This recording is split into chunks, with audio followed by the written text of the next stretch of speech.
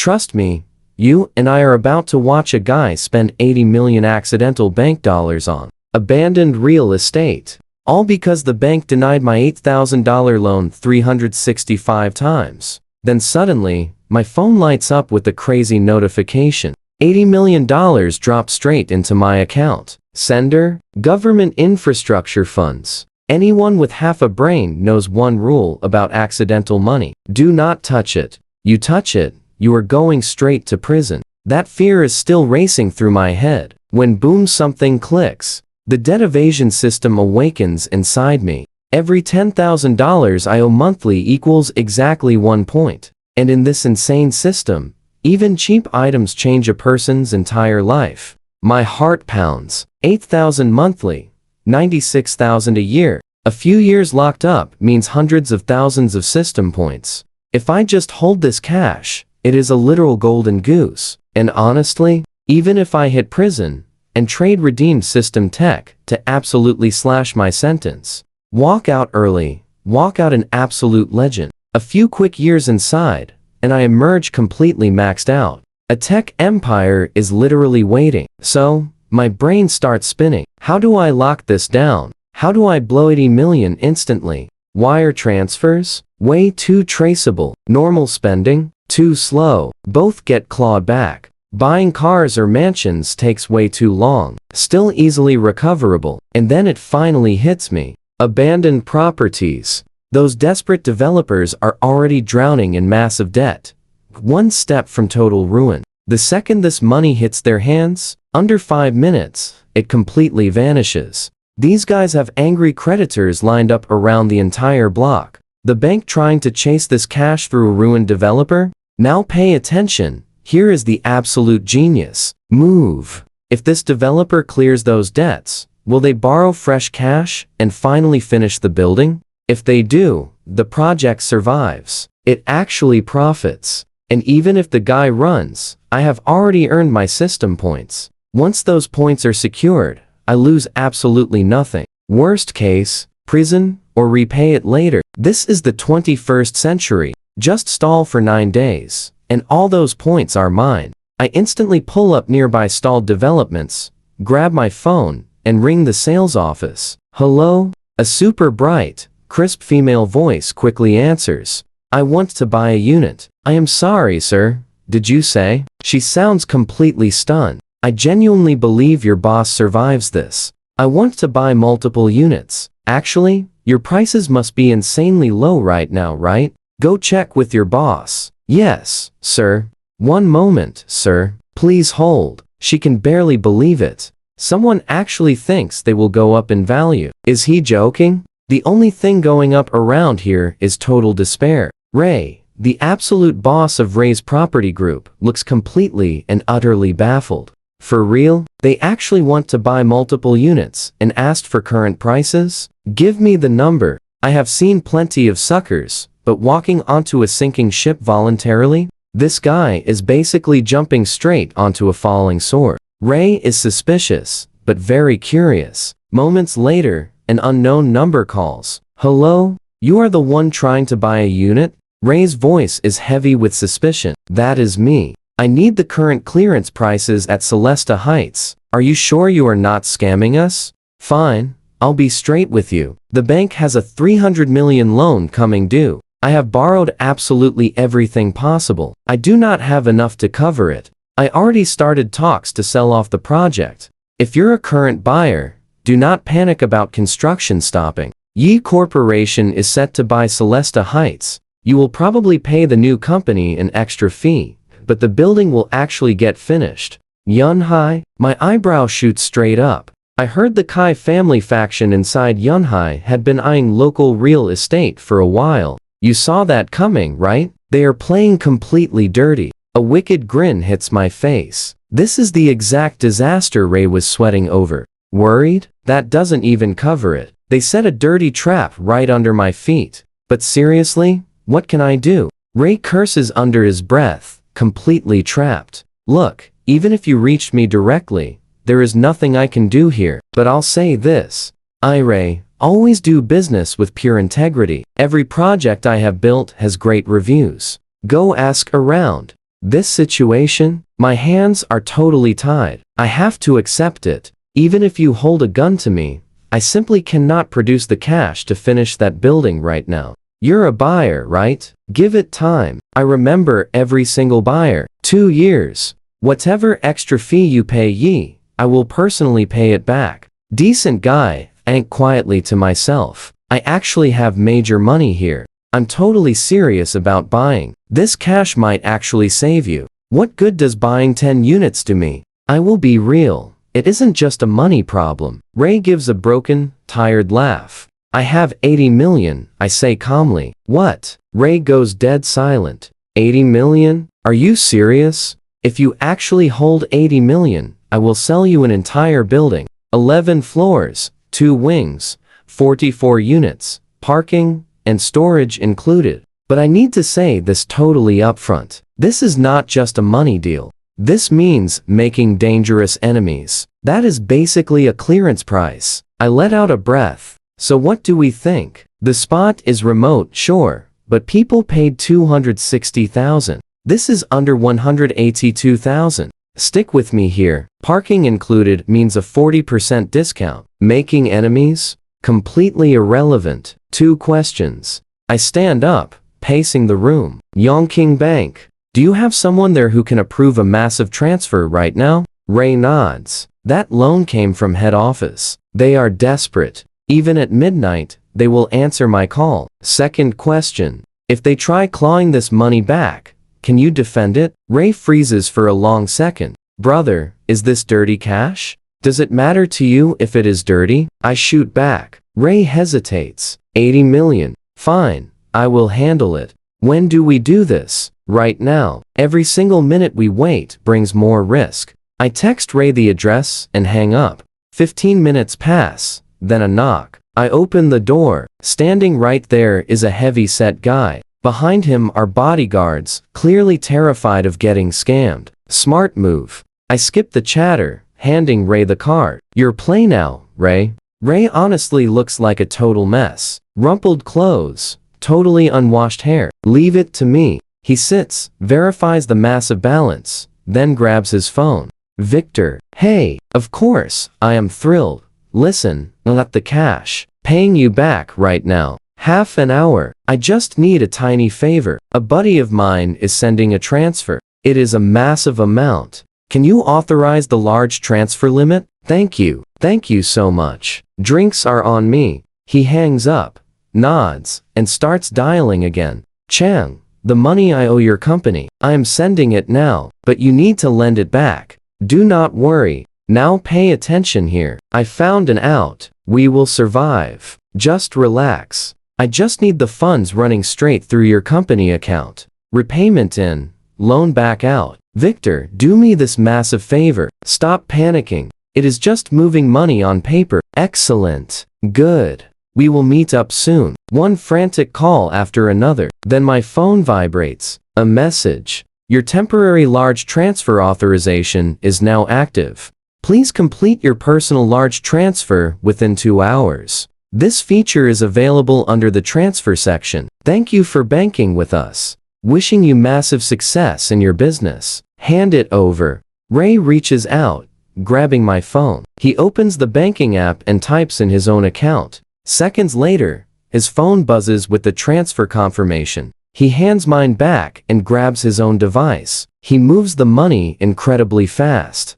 Different amounts to different accounts. Some in the hundreds of thousands, others hitting the tens of millions. 2 accounts receive over 20 million each. A few tense minutes pass. A stream of notification chimes fills the entire room. Ray grabs his phone. Every single transfer bounces right back. Under the label of loans, he funnels the cash into his company accounts, then uses them to clear his bank loan. Once everything is done, he scrolls through his contacts and dials. Victor, you got it. So, that massive loan is fully cleared, right? Huh? I had some divine assistance today regarding the new loan. Yes, absolutely perfect. Give it a couple of days. We will meet and talk it through. They chat for another full minute. Then he hangs up. Ray exhales deeply, all smiles, but his forehead is completely drenched in sweat. That was an insane amount of pressure. I truly owe you one. Anything you ever need,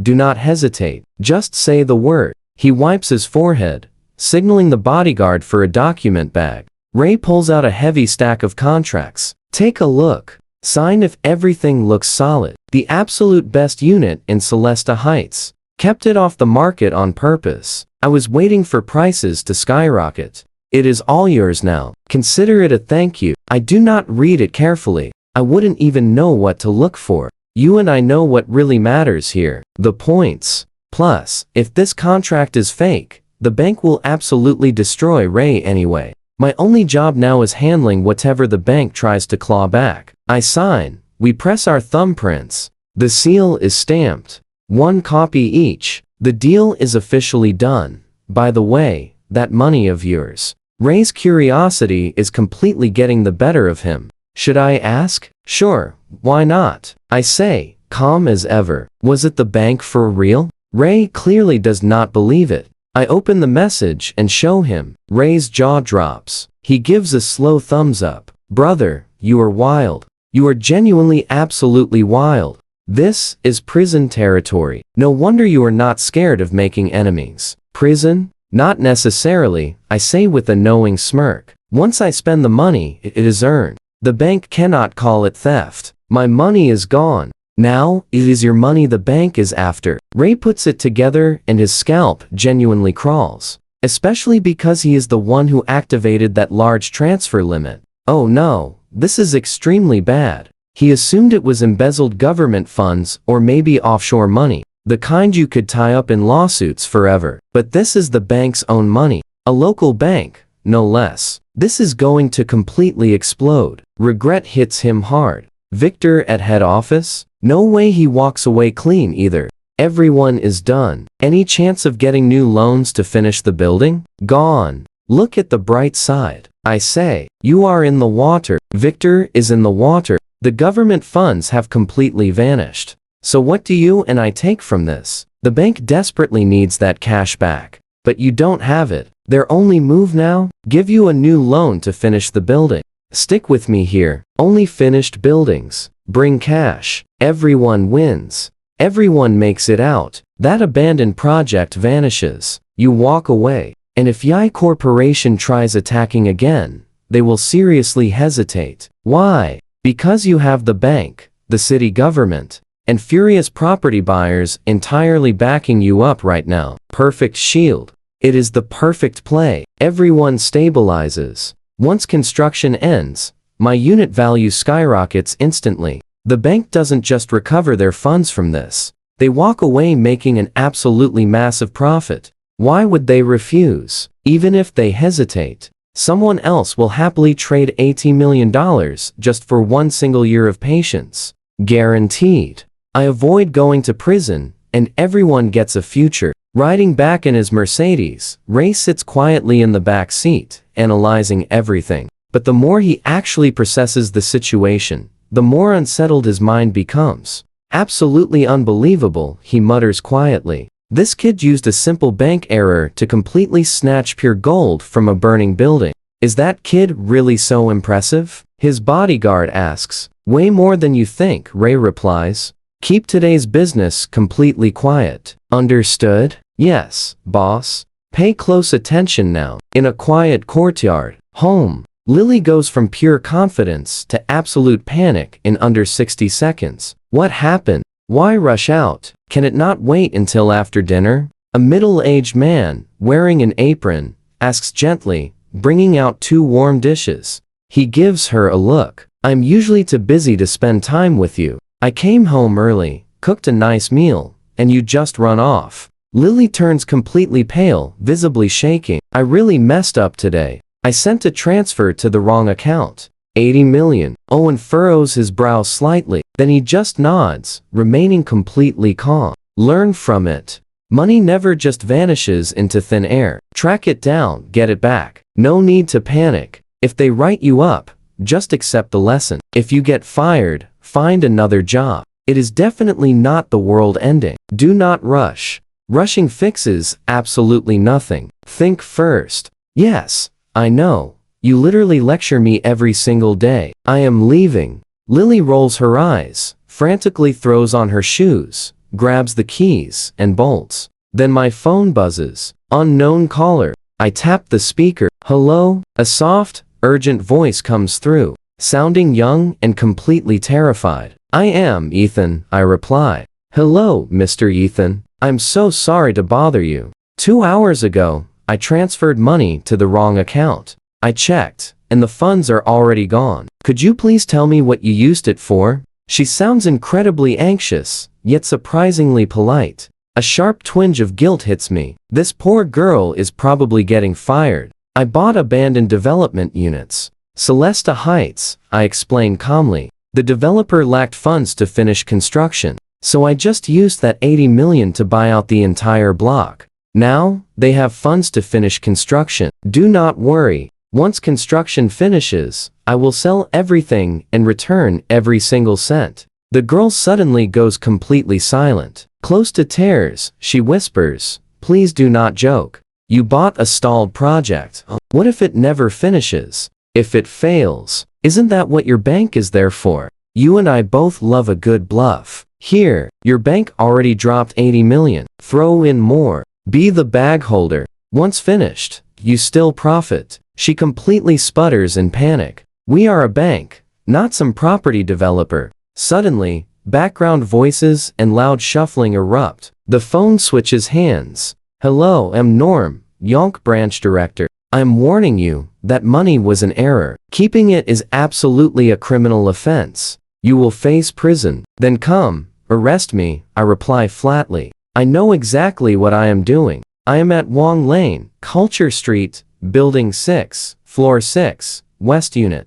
Go ahead, call the police. So you are completely determined to be a criminal? Norm sputters furiously. Stop getting emotional. Emotions fix absolutely nothing here. Think about it. If you still cannot figure this out, call the cops. He remains clueless. Not worth explaining anymore. I hang up the phone. Absolutely unbelievable. Meanwhile, back at the Yongchang branch conference room, the atmosphere feels intensely heavy. Lily just sits there, completely dazed, spiraling into her own terrified thoughts. Director, what now? Should we call the police? No, wait. Norm leans back, frowning deeply. Then realization strikes. Pull his transaction records. An ordinary guy cannot move that much cash alone. Someone definitely helped him. Do we have a bank insider? Also, investigate Ray's accounts immediately. Track where that money went. Use every single connection. This cannot stay buried anymore. If we explain this to the higher-ups and recover those funds, they will not push things any further. The amount is massive, but ultimately, it is just a major misfire. The room shifts uncomfortably. The word insider hits differently. Every eye slides toward Lily. Her face completely drains of color. She genuinely made a simple mistake, but labeled as an insider, she becomes an accomplice. Nobody is watching her reaction anymore. Norm slaps the table.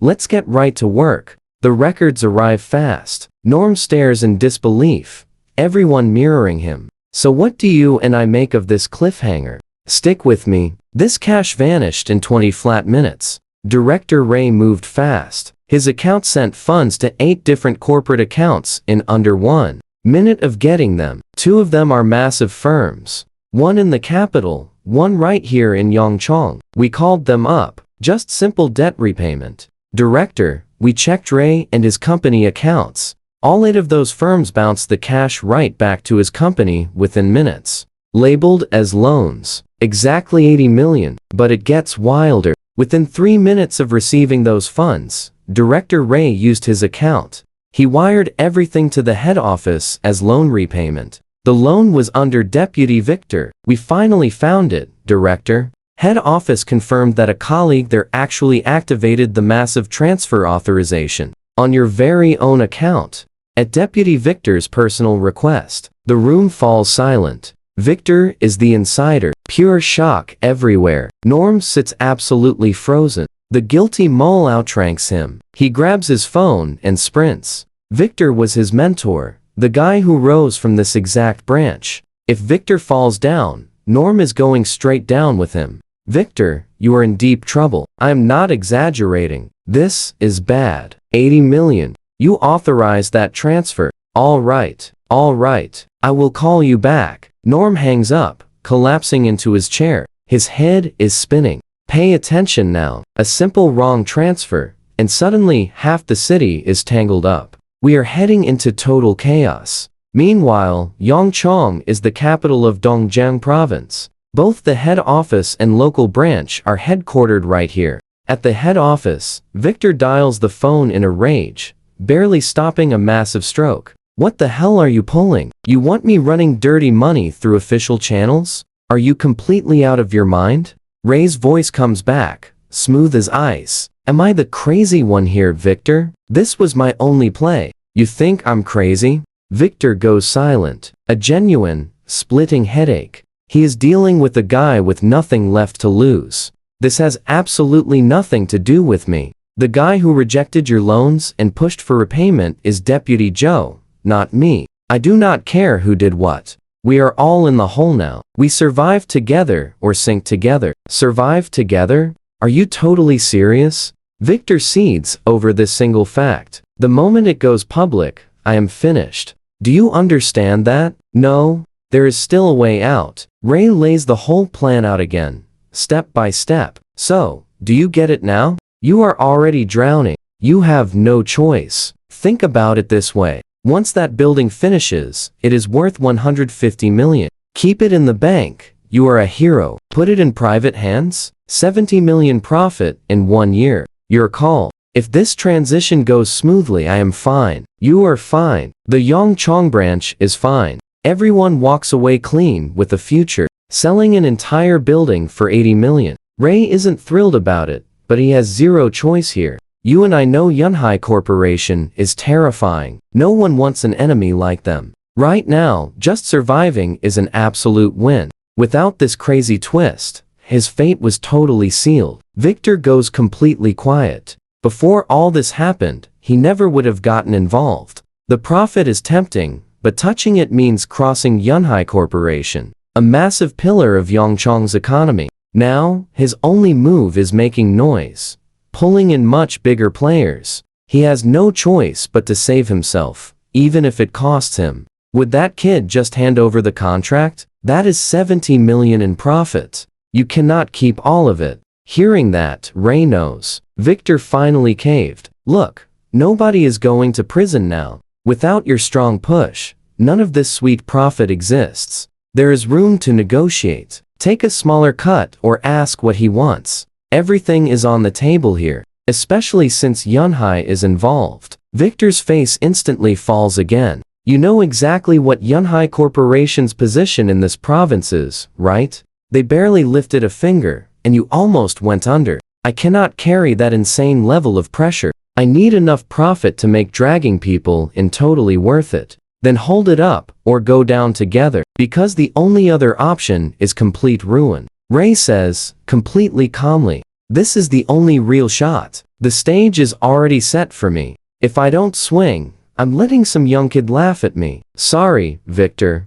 Damn it, I am all in. Victor heavily slams the table. At my level, can they really fire me outright? I have big people above me too. There is always someone who can hold the pressure. That loan you applied for? It is approved. Once this wraps up, it hits your account. The rest is entirely on you. Don't worry, Ray laughs. Free and easy. In Yongchong, I've got quite a few moves of my very own. All those connections Yunhai spent so long building, we are burning through every single one of them today. Crossing industries is like crossing mountains. A company that started selling bottled water is now recklessly bargaining into real estate. What do they actually know about this complex industry? All right, enough. Victor is super irritated now. He hangs up, takes a deep breath, then grabs his phone and dials. Back at Yongchong branch, Norm exhales. Trust me, the real storm just started. All right, stick with me here. Everyone is staring at Norm. He smiles. It is handled. Help arrives first thing tomorrow morning. I will join them. Our branch survives this completely untouched. Everyone, go home and rest. Immediately, a massive wave of relief hits them. Everyone grabs their bags and heads out. But Lily stays behind, her eyes totally fixed on Norm. He pauses. Lily, go home and think. Remember this exact moment. If this blows over, you are totally fine. Otherwise, I completely understand. She nods quickly, finally breathing easy. Not a criminal, not an inside spy. That is literally everything. Late at night, Lily rides her scooter back. She barely kicks off her shoes when the light flicks on. Owen is still wide awake on the sofa, holding his phone. Dad. Her eyes instantly well up. She feels deeply warmed, yet strangely shaken. She sits right beside him. Owen looks completely unbothered. Is everything sorted out? Not even close, she admits. She explains every single wild detail from start to finish. Owen just listens, pauses, and then bursts out laughing. Wow, that is seriously wild. The Kai family faction inside Yunhai. So much insane effort, but absolutely zero results. That is actually a huge win. Ray's buyers are super angry right now. If this solves itself naturally, even better for us. You're seriously laughing? I was completely terrified. Lily snaps back. You have no idea. They literally suspected a sneaky inside spy. I almost became their criminal accomplice. If that happened, you would be finished too. Never happening, Owen says. His voice turns sharp as steel, then softens into a calm, totally reassuring smile. That fake story falls apart completely under any real pressure. Just chill out. I have no clue what happens next. I will probably lose my job anyway. Lily sighs. Now watch closely. Owen stands up, smiling. Where there is massive money to be made, someone will always swoop in to grab it. Before, Yunhai Corporation scared everyone away. But now, some fearless kid completely crushed their godlike reputation. Other players definitely will not hesitate to strike. Ray's property sold super cheap and took massive damage. But when fighting to survive, that means nothing. That bold kid, whether he totally realizes it or not, just made a permanent enemy of Yunhai Corporation. As for the next phase, things look totally normal on the surface. But Yunhai takes an absolutely massive, devastating loss. Ray's property scores incredibly big. Does that mysterious kid actually win? That entirely depends on his own wild perspective. If this was not just luck, his mastermind strategy is completely godlike. But honestly, even if it was pure luck, snatching absolute gold from a burning crisis like that is absolutely insane. That guy is absolutely extraordinary. Brilliant mind. Totally thinks outside the box. A real genius. You were just randomly caught in the crossfire. Stop overthinking everything right now. Go get some rest. Cut to my rundown apartment. I wait around. 0 cops show up. Message fully received. I order some cheap takeout food. I eat just enough. I spend hours scrolling online, figuring out how this crazy new world actually operates. And then I sleep early. The next morning arrives. I actually wake up naturally for the first time in an incredibly long while. Feeling totally refreshed, I wash up, cook noodles, and watch the television news. Everything looks peaceful, but you and I both know this calm is completely fake. Suddenly, a loud knock. I mute the television and open the door. 2 guys are standing outside. One young dude and a serious older man. Hello, I am Preston. He reaches out. Lean build, wearing a sharp suit, flashing a perfectly polished smile. Hey there, I smile and invite them inside. They stare at my busted apartment. It honestly makes them way more deeply curious. A guy this totally calm living in pure trash? Why is he so confident? Both are quietly freaked out, seriously impressed, and seriously worried. Let us make this negotiation easy. Have a seat. I point to the chairs. Want something to drink? Water is perfectly fine. Preston stops himself mid-sentence, quickly realizing that asking for fancy coffee in this dump would be completely ridiculous. The kettle is off. I glance over, think for a quick second, then literally reach behind my sofa, grabbing 2 massive bottles of cheap iced tea. Boom, right on the table. Tea it is. Family size means better value. Wait, you actually call this tea? Norm stays completely silent, but Preston does not mind. Honestly, I chugged this stuff every day back in high school. Haven't tasted this in years. It totally works. Honestly, compared to spoiled rich kids like Felix, Preston operates on an entirely different, incredibly cool level, way more grounded and seriously mature. Guessing you guys did not visit just for sweet tea. Since Preston is showing major respect, I cut straight to the real business. We are here about that massive building you grabbed. Norm speaks first, keeping his tone perfectly calm. You used the bank's money. No matter how it happened, those funds were completely illegal. We investigated everything because a huge system error was clearly made. We desperately want to fix this completely. The massive government funds will be transferred right back to us. This whole messy problem disappears. You entirely dodge a heavy prison sentence, and we take the building. That sounds perfectly fair, right? I just laugh. How about I fix things? I keep the building. Trust me, you and I are just getting started. Let's jump into this. 80 million for a clean slate. Seems perfectly fair, right? Well, Norm just stays completely quiet. Preston aggressively rubs his temple. Ethan is totally sharp. That massive building hits 150 million soon. Push this any further, and Ethan will not suffer alone. Honestly, I am basically here to help you and Victor walk away. Totally clear. Raw profit means absolutely nothing right now. We are totally stuck together. Since we are fixing this huge mess, let us put all our cards down.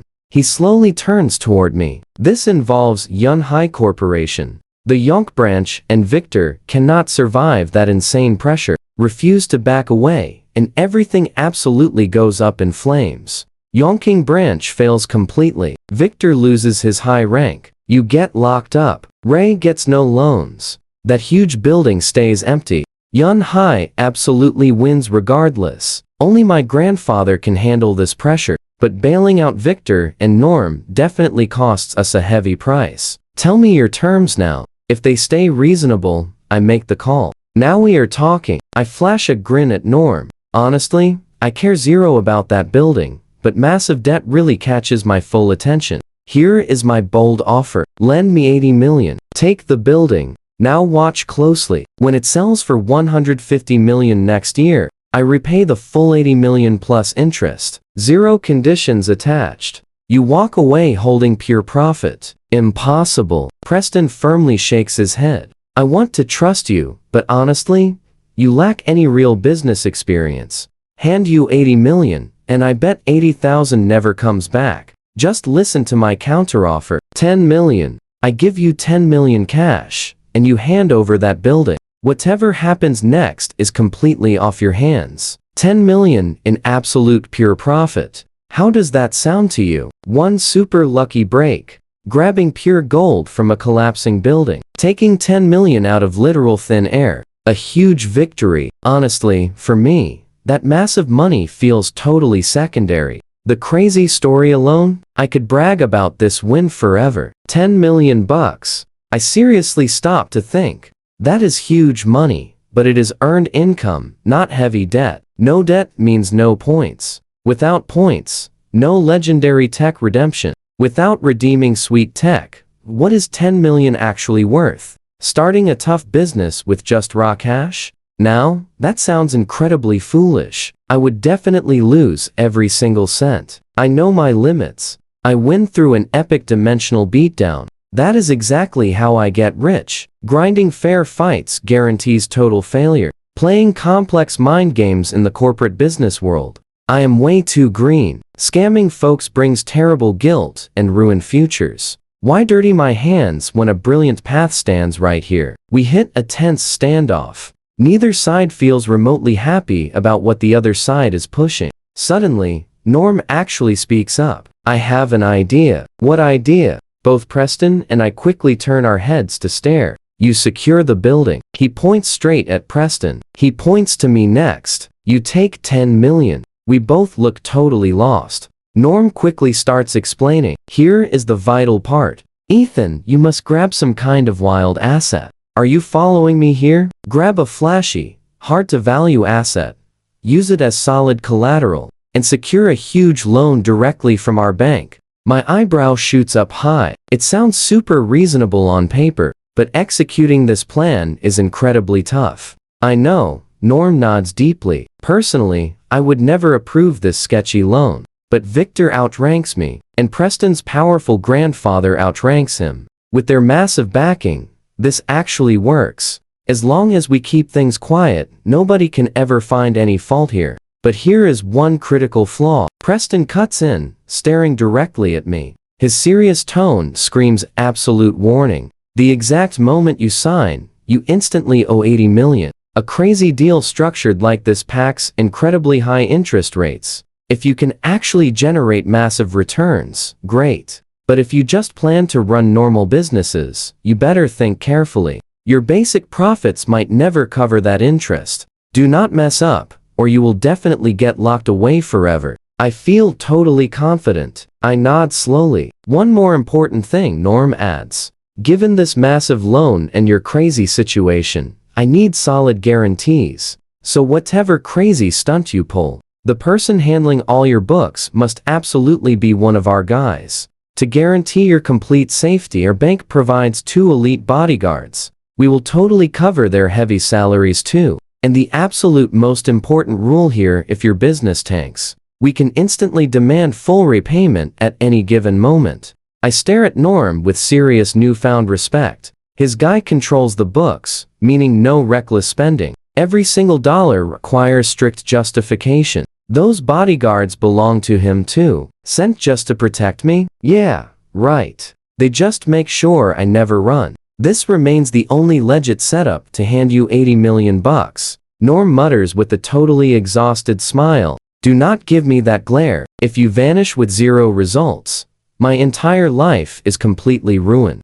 Fine, I am totally in. I nod. Honestly, none of this stuff bothers me. Gathering those end-of-month points is everything. Redeem that sweet tech and the legendary dimensional beatdown starts. Go broke? Not a chance. You and I are about to witness a wild tech-level beatdown. Stick with me here, because our guy holds every single winning card. No matter what they play, he drops an absolute rocket of a counter. Can he even lose? Time to sign. Norm sees the agreement. No extra words needed. He grabs the prepared contract, then a totally blank page. Do not worry about anyone backing out. Later, he writes up a strict personal pledge. Break this, we go to prison together. He writes fast, stamps his thumbprint, signs it, and hands it over. Listen very carefully. Nobody else can ever know this exists. Read it. If you are satisfied, I will seal it. Once the loan is totally cleared, return this to me completely intact. Do not open it before then. I cannot risk you making a secret copy. Norm is absolutely serious. Our guy takes it, reads it over, and nods. Works perfectly. Seal it. Norm nods, pulls out a special envelope, folds the pledge inside, and locks it shut. He notices a very unique special adhesive. Sharp chemical smell. No normal method is getting that paper out without leaving permanent marks. All right, time to sign. The contract slides across the table. He signs quickly, then he and Preston stamp their thumbprints right onto each other's official copies. Pleasure doing business. Preston exhales, looking completely relieved, and transfers $10 million directly to him on the spot. Absolute pleasure doing business. He stands to see them out, watching until they vanish. Yunhai Corporation. He frowns. Just a bit. Now pay attention. He just made a permanent enemy of Yunhai Corporation. No turning back. The original guy actually used to work there. He knew them incredibly well. Yunhai Corporation is absolutely massive. They cover multiple massive industries. A multi-billion-dollar conglomerate ranked right up there in the top 500 private enterprises nationwide. Their core business is completely beverages, bottled water, sodas, health supplements, canned goods, snacks, and instant meals. The original guy was a food tech researcher there, specializing in convenient snack development. When he first joined up, Yunhai was actively trying to expand straight into the dairy and major financial markets.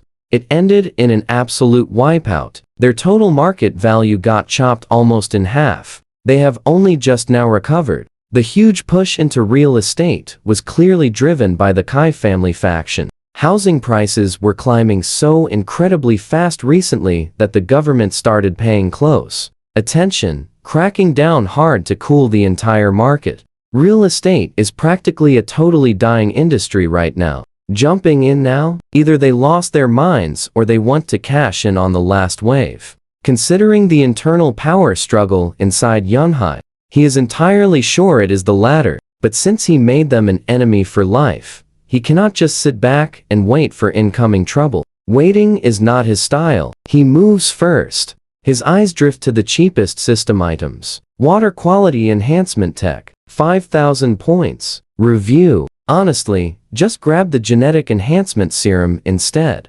Food and beverage formula optimization tech, 5,000 points. Review. You see where this is going, right? Sit back and enjoy. If he redeems both tech upgrades, crushing Yunhai Corporation will be total child's play. But no. The absolute real target here is a world-class beverage brand. Yunhai is just collateral damage, crushed along the way. That is the genius move. A strange smile spreads across his face. He checks his phone. 10 million sitting right there in the balance. He scrolls through his contacts and finds an old classmate. He heard their hometown is known as some longevity village. Great water, super healthy living, and a massive natural reservoir nearby. He just lost his job. Thinking of starting something. Mind if he checks it out? Sure. No need to take time off. Just swing by when you can. Show him around. Perfect. Done. He will book the ticket now. Heading over right now. See you at noon. A little over an hour later, he opens the door without a single care in the world, and finds 4 people standing right outside. One guy has his hand raised, about to knock. Both of them jump. He clocks 2 massive guys,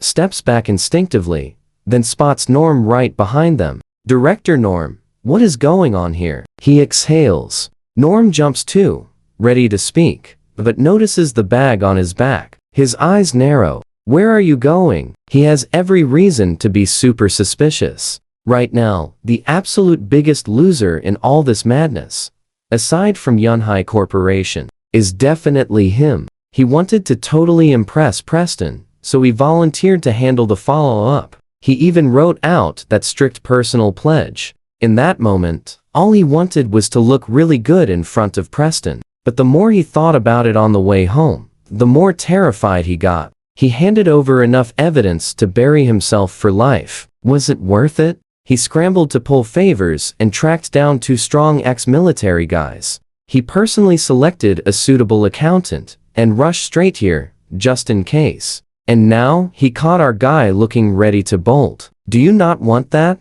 80 million? Norm asks, his voice totally shaking. So where does that leave us? He finally gets it. These are the big bodyguards and the accountant that Norm just found. Stick with me here. I shake my head. You really wasted no time. The cash isn't even here yet, and you're already babysitting me? The cash in my pocket right now is completely mine. Nobody needs to manage that. Norm quietly breathes out. It will not be long anyway, he says, with a recovered smile. Once you know what you are doing, get your asset ready. Submit your application anytime. It gets approved instantly. They are all on fixed salaries. Early or late, they cost the exact same. Isn't this for your safety? Yeah, right. You are here to protect that pledge, not me. I sigh. I made plans with an old classmate to go check out a project near his hometown. If it works, I will lock it down incredibly fast.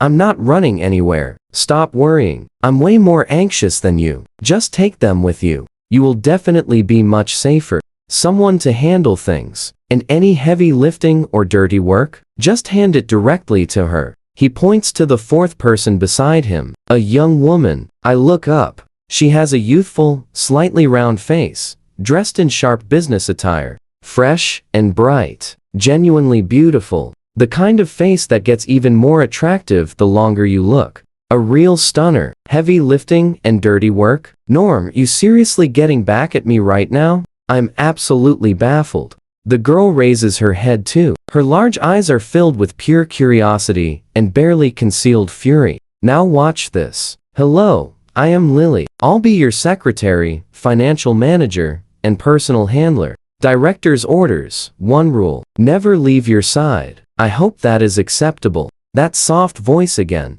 Lily is secretly furious, clearly praying I turn her down. She really does not want this job at all, but she made the huge mistake. And Norm picked her on the spot. No chance to refuse. Quitting? Not an option. Running from your massive mistakes is impossible. Her dad might fix things, but if she runs, word gets out, then her reputation is totally ruined for good.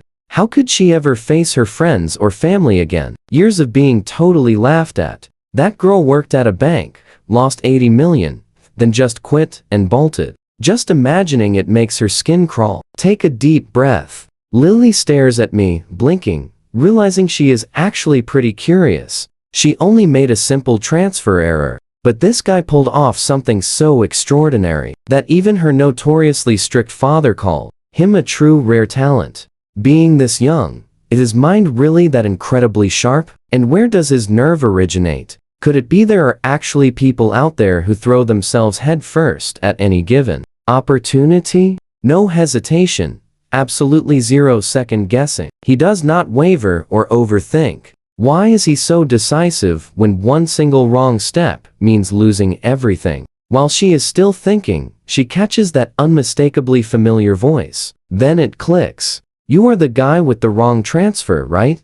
Lily's expression crashes. Norm gives a small, satisfied huff. That is right. That's him. I know what you're thinking. These kinds of disasters belong somewhere else. Our branch actually has people with heart conditions. We can't handle surprises like this. You want him managing my books? Now, totally caught off guard. I pull Norm aside. You're not worried he'll accidentally run me straight into the ground? Absolutely not, Norm says, though his expression wavers slightly. Privately, he is second-guessing himself. He forces a smile. When he transferred here, I personally reviewed his file. Top university, accounting major, holding every single certification. I could not believe someone like that chose a tiny branch like ours. A guy with that profile could walk straight into any major investment bank or the Big Four, and they would hire him in an absolute heartbeat. Thinking about it now, this is purely fate working heavily in your favor, Ethan.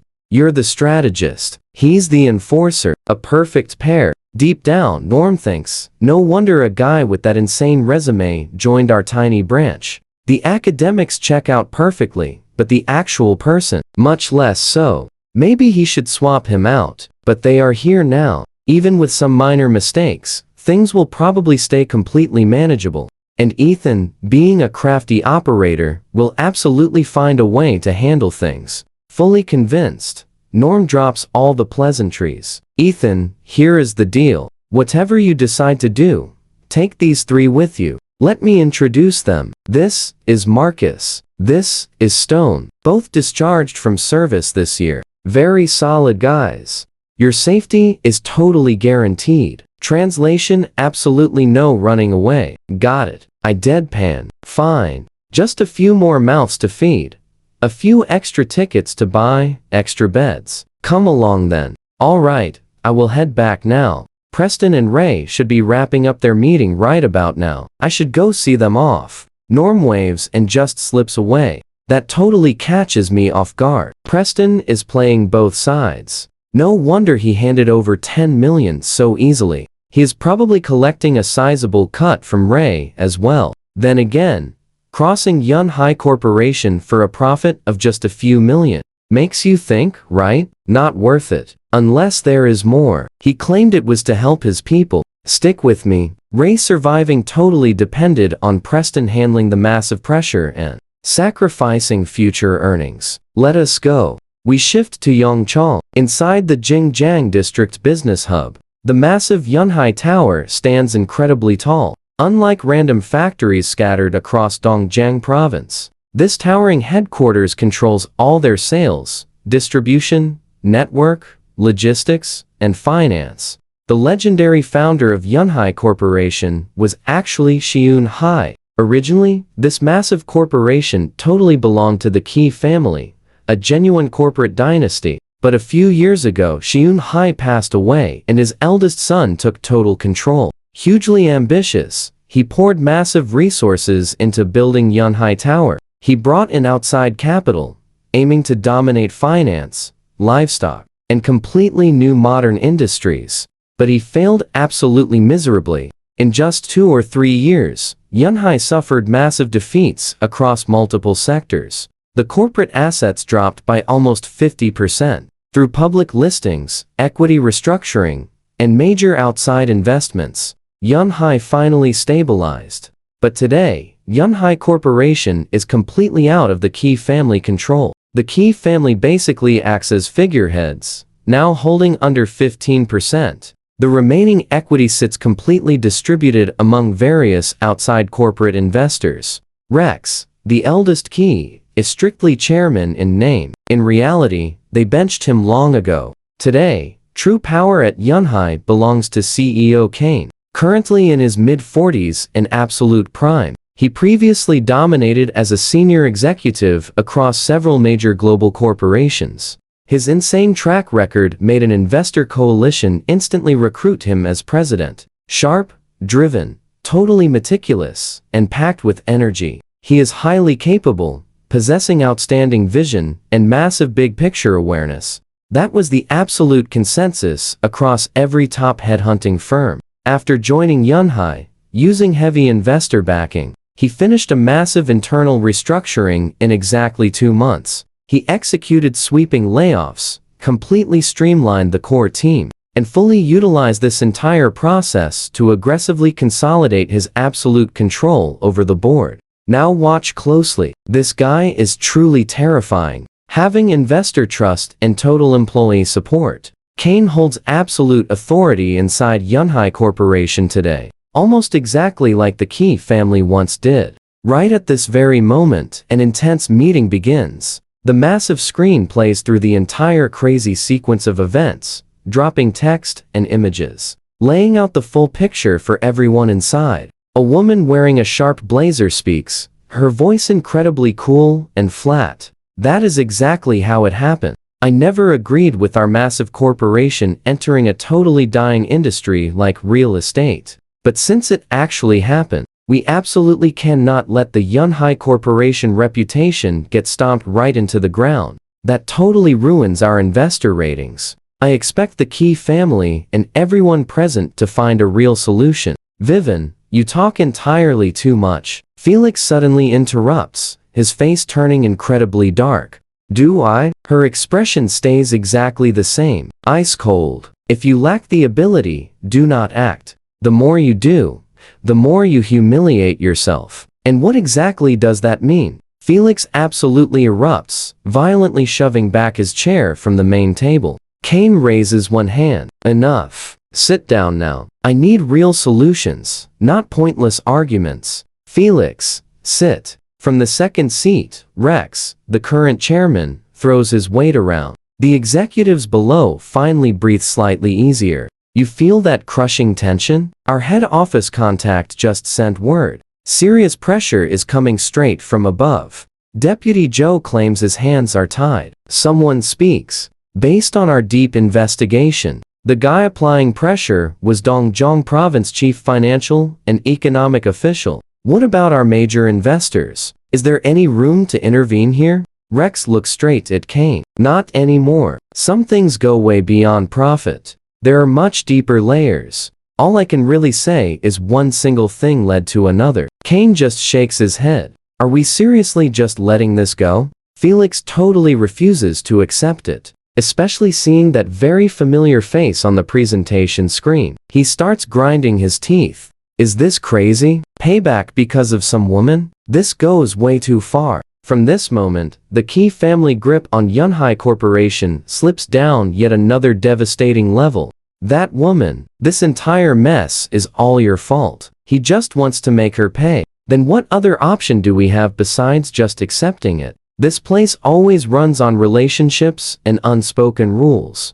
The brute force capital playbook does not work well here. An overseas executive speaks completely flatly. Enough. Kane raises his hand once again. Ray's property group is just a small matter. Yes, the investment meant something, but it remains within acceptable loss limits. Any investment carries heavy risk. Nothing is ever guaranteed. Before committing, we should have honestly planned for failure. The unexpected factor right now is just one small, unknown individual. We at Yunhai Corporation absolutely never lose. But we absolutely cannot afford losing to some nameless nobody, especially someone who is literally fired by our very own corporation, no less. What you guys need to think about right now is how to recover our massive reputation and protect our investor rating. Trust me, you, and I feel it. Those words drop. The room falls dead silent. Kane is right. Losing to a nobody is pure humiliation. Let's dive in. How do you save your reputation when your pristine rating completely tanks? Sure, call it a random glitch, but outsiders must actually buy that excuse. Right now, containing this wild narrative is everything. Either the public discovers Yunhai Corporation suffered an epic defeat, or they get a harsh reminder that this giant is absolutely untouchable. Meeting adjourned. Got a real plan? My office. Absolute silence falls. Zero answers. Follow him. Kane simply cannot sit there anymore. He stands up, totally defeated. The absolute second he and Rex leave, the boardroom completely explodes.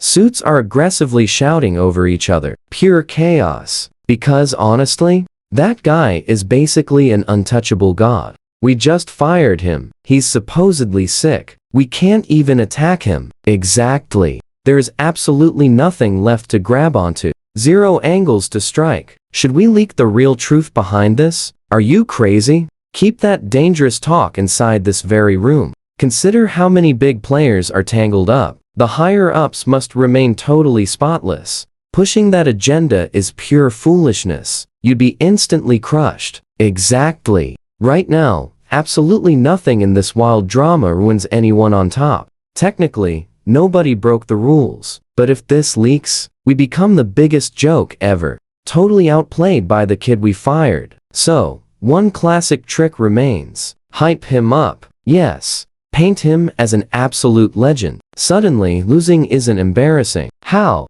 Praising mega corporations is easy. Sure, but hyping a random nobody? Even if you brand him a living legend, the public actually has to buy the insane hype.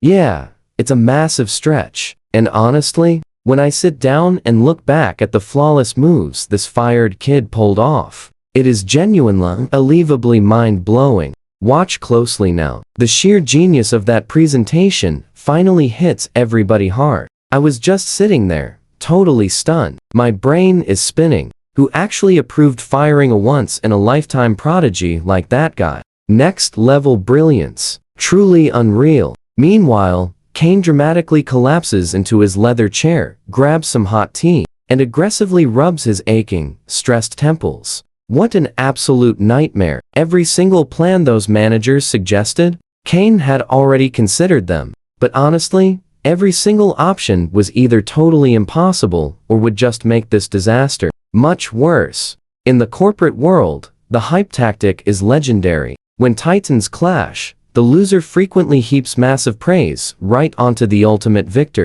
It creates class. It masks true weakness, making the opponent look like an absolute, unstoppable phenomenon. Instead, it's secretly surrendering, giving the winner ultimate respect, and sealing the deal. Corporate business, it's pure warfare. Yet another ancient saying hits, completely right. There are zero permanent rivals, only eternal shiny profits. Every epic clash revolves around cash. You lose, you drop the bag, but you don't become lifelong enemies. After all, wealth is truly infinite. Down the road, future teamwork might actually happen. Total annihilation is super rare in business, and anyone choosing that destructive route rarely lasts very long.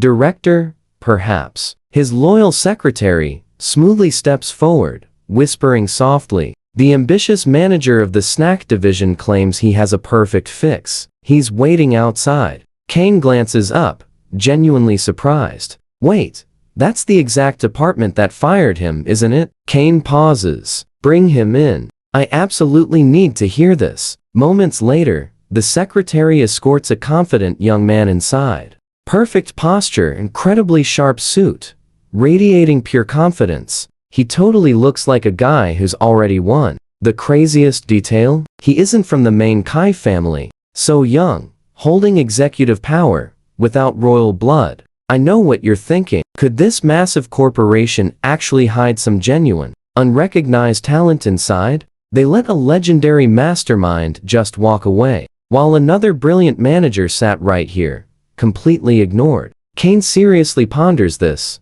realizing it is absolutely time for a massive talent audit across the entire corporate empire. After watching that epic masterstroke unfold, normal corporate battles suddenly feel super boring. He used to read the classic scrolls of ancient strategy, and he always assumed those legendary, genius plays were totally exaggerated fakes. He thought that in reality, with hidden clues, no human was smart enough to plan 10 steps ahead and secure a magical victory from afar. But after today's total madness, he's definitely rereading those books. Stealing gold from a blazing fire, manipulating everyone. A glorious masterclass.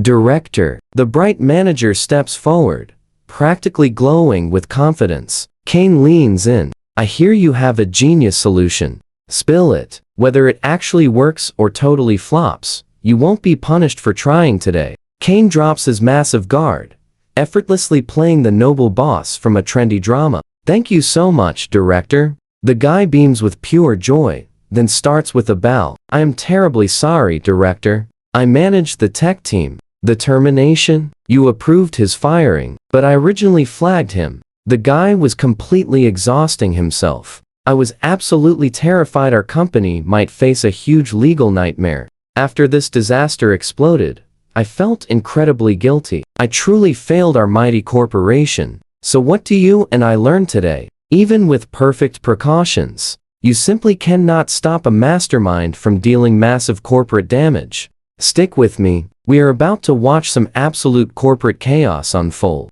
Since he used to work in my department, I caught the news first. I instantly ordered a full background check on him. From what I found, he actually dropped a hint in a private employee group chat about buying into that stall development.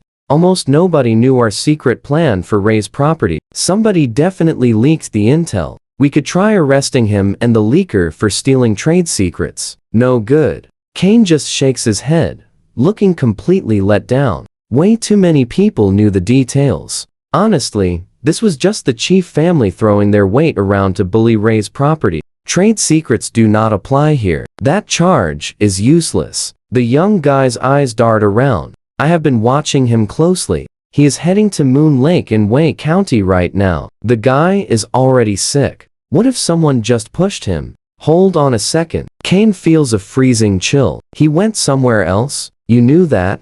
You actually had him followed? The young dude just shakes his head. Kane finally exhales, but then that creepy smile appears. I got his file. I literally have his home address. 5 guys are already tracking him. Director, just give me the green light today. Watch closely. This is where things get wild. They find a quiet spot, push him in the lake, and vanish without a single trace. Not only do we send a brutal message, but everyone will know not to mess with Yunhai Corporation. Kane violently jumps up. Both fists slam onto the desk, his face totally flushed. Get the heck out of my office. The guy freezes, stunned. Leave.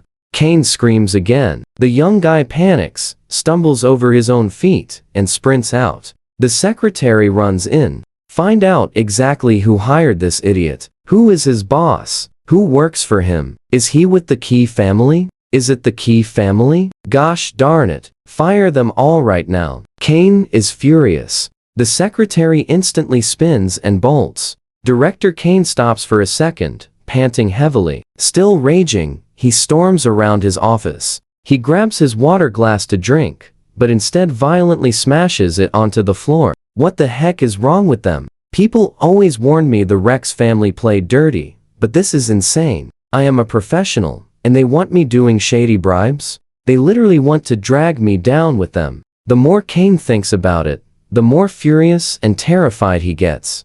Thank goodness he did not phrase it like that. He just wanted a solution. It was not some crazy reward system. If he had phrased it differently, Kane himself might already be at the bottom of that lake, framed as the mastermind pulling the strings. Just thinking about that makes him sweat, completely cold. He snatches up the phone and calls. Hey Vivian, get in here. I found something. We have massive internal issues, and heads might be rolling soon. He hangs up, collapsing back into his chair, rubbing his forehead. I know what you are thinking. These guys are totally losing it, right? Why risk everything for a massive corporation when you literally just make a basic yearly salary? Seriously, what did the Rex family even pay you? Meanwhile, over at Moon Lake in White County, a crisp autumn breeze blows. The water ripples perfectly. I'm chilling on a tiny boat. Lily sits opposite me, peacefully brewing tea to kill time. I check my phone to text my buddy, but a massive wave of notifications hits me. It is from finance. Wait, you bought an entire building? Were you not the guy too broke for a basic apartment, who had to settle for some unfinished dump? And now, you bought the whole thing from General Affairs? Wait, what?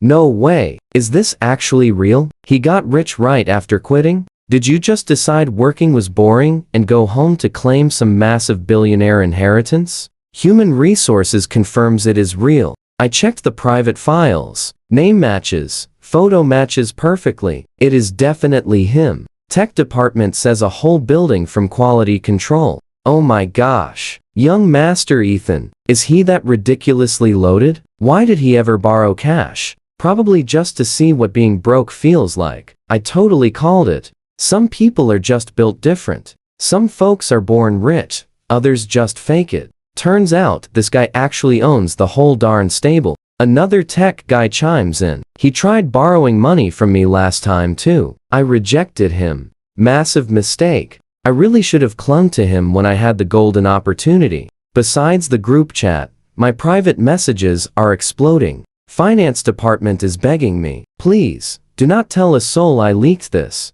I am completely finished if you expose me right now. You have zero idea what you just did. The entire company chat is an absolute total chaos. All the big bosses are completely losing their minds. I simply type back, alright, I will make it totally worth your while. Then a text from my old boss's manager pops up. Do you realize what you did? Why would you do this? The company never wronged you. I reply, idiot. Blocked, deleted. Trust me, you and I are going to love this next text from that awful woman, Jin Yolan. Stick with me here. She furiously texts him. Where did that cash come from? You completely lied. Cheap. Selfish jerk. Look at yourself. Even with all that sudden wealth, you'll never compare to Felix. My eye seriously twitches reading this. Without missing a beat, I reply, you're right. I owe you one thing. Isn't your mom feeling sick? I'll happily arrange her final farewell. Block. Delete. Erased in one perfectly smooth motion. Seriously, what kind of people are these? I shake my head, completely stunned. Suddenly, my phone rings. A guy on the shore is waving excitedly, phone in hand. The boat docks, and he climbs aboard, looking completely shocked by Lily and the guys. Ethan, is this your girlfriend? And who are these guys? I wave it off. No, entirely single. This is my assistant, Lily, and Zach and Buck, my bodyguards. He freezes. Assistant? Bodyguards? His jaw absolutely drops. What is going on? Are you investing in Y County? I just smile, gesturing toward Moon Lake. Rocky, building a massive water plant right here. Bottled drinks, spring water. What do you think? You're totally joking, right? Rocky looks completely lost. Sure, Moon Lake connects to underground rivers, so water flows fine. And yeah, Y County is known as this longevity paradise, but there are zero special minerals here. It is literally just basic river water. Some dude was relieving himself nearby 10 minutes ago. Now, pay close attention here. Who would buy that? Only a fool. Exactly my brilliant plan. I stay perfectly calm and confident. Internally, massive eye roll. I simply could not afford a better location anyway. Seriously? What happened to you? Rocky plops down, incredibly dazed. He stares at Lily, then the massive bodyguards, then right at me. It feels like a crazy dream. This dude was completely broke recently. How did he become rich overnight? I just gaze at the glittering, sunlit lake. This place is basically a massive natural reservoir. Why isn't this a tourist spot? Rocky still cannot believe his ears. You're actually serious? He answers anyway. Young City is the provincial capital. There are endless tourist spots around there. Y County is under Young City's control, but it's way too remote. Most young locals already left for the big city to find actual jobs. This local economy is barely surviving. Just forget about any tourism boom entirely. The reservoir is pretty, but completely remote. It's just not worth the massive investment. The local government considered it years ago, ran the numbers, and totally bailed. But if you're actually serious about leasing this place, it won't be cheap.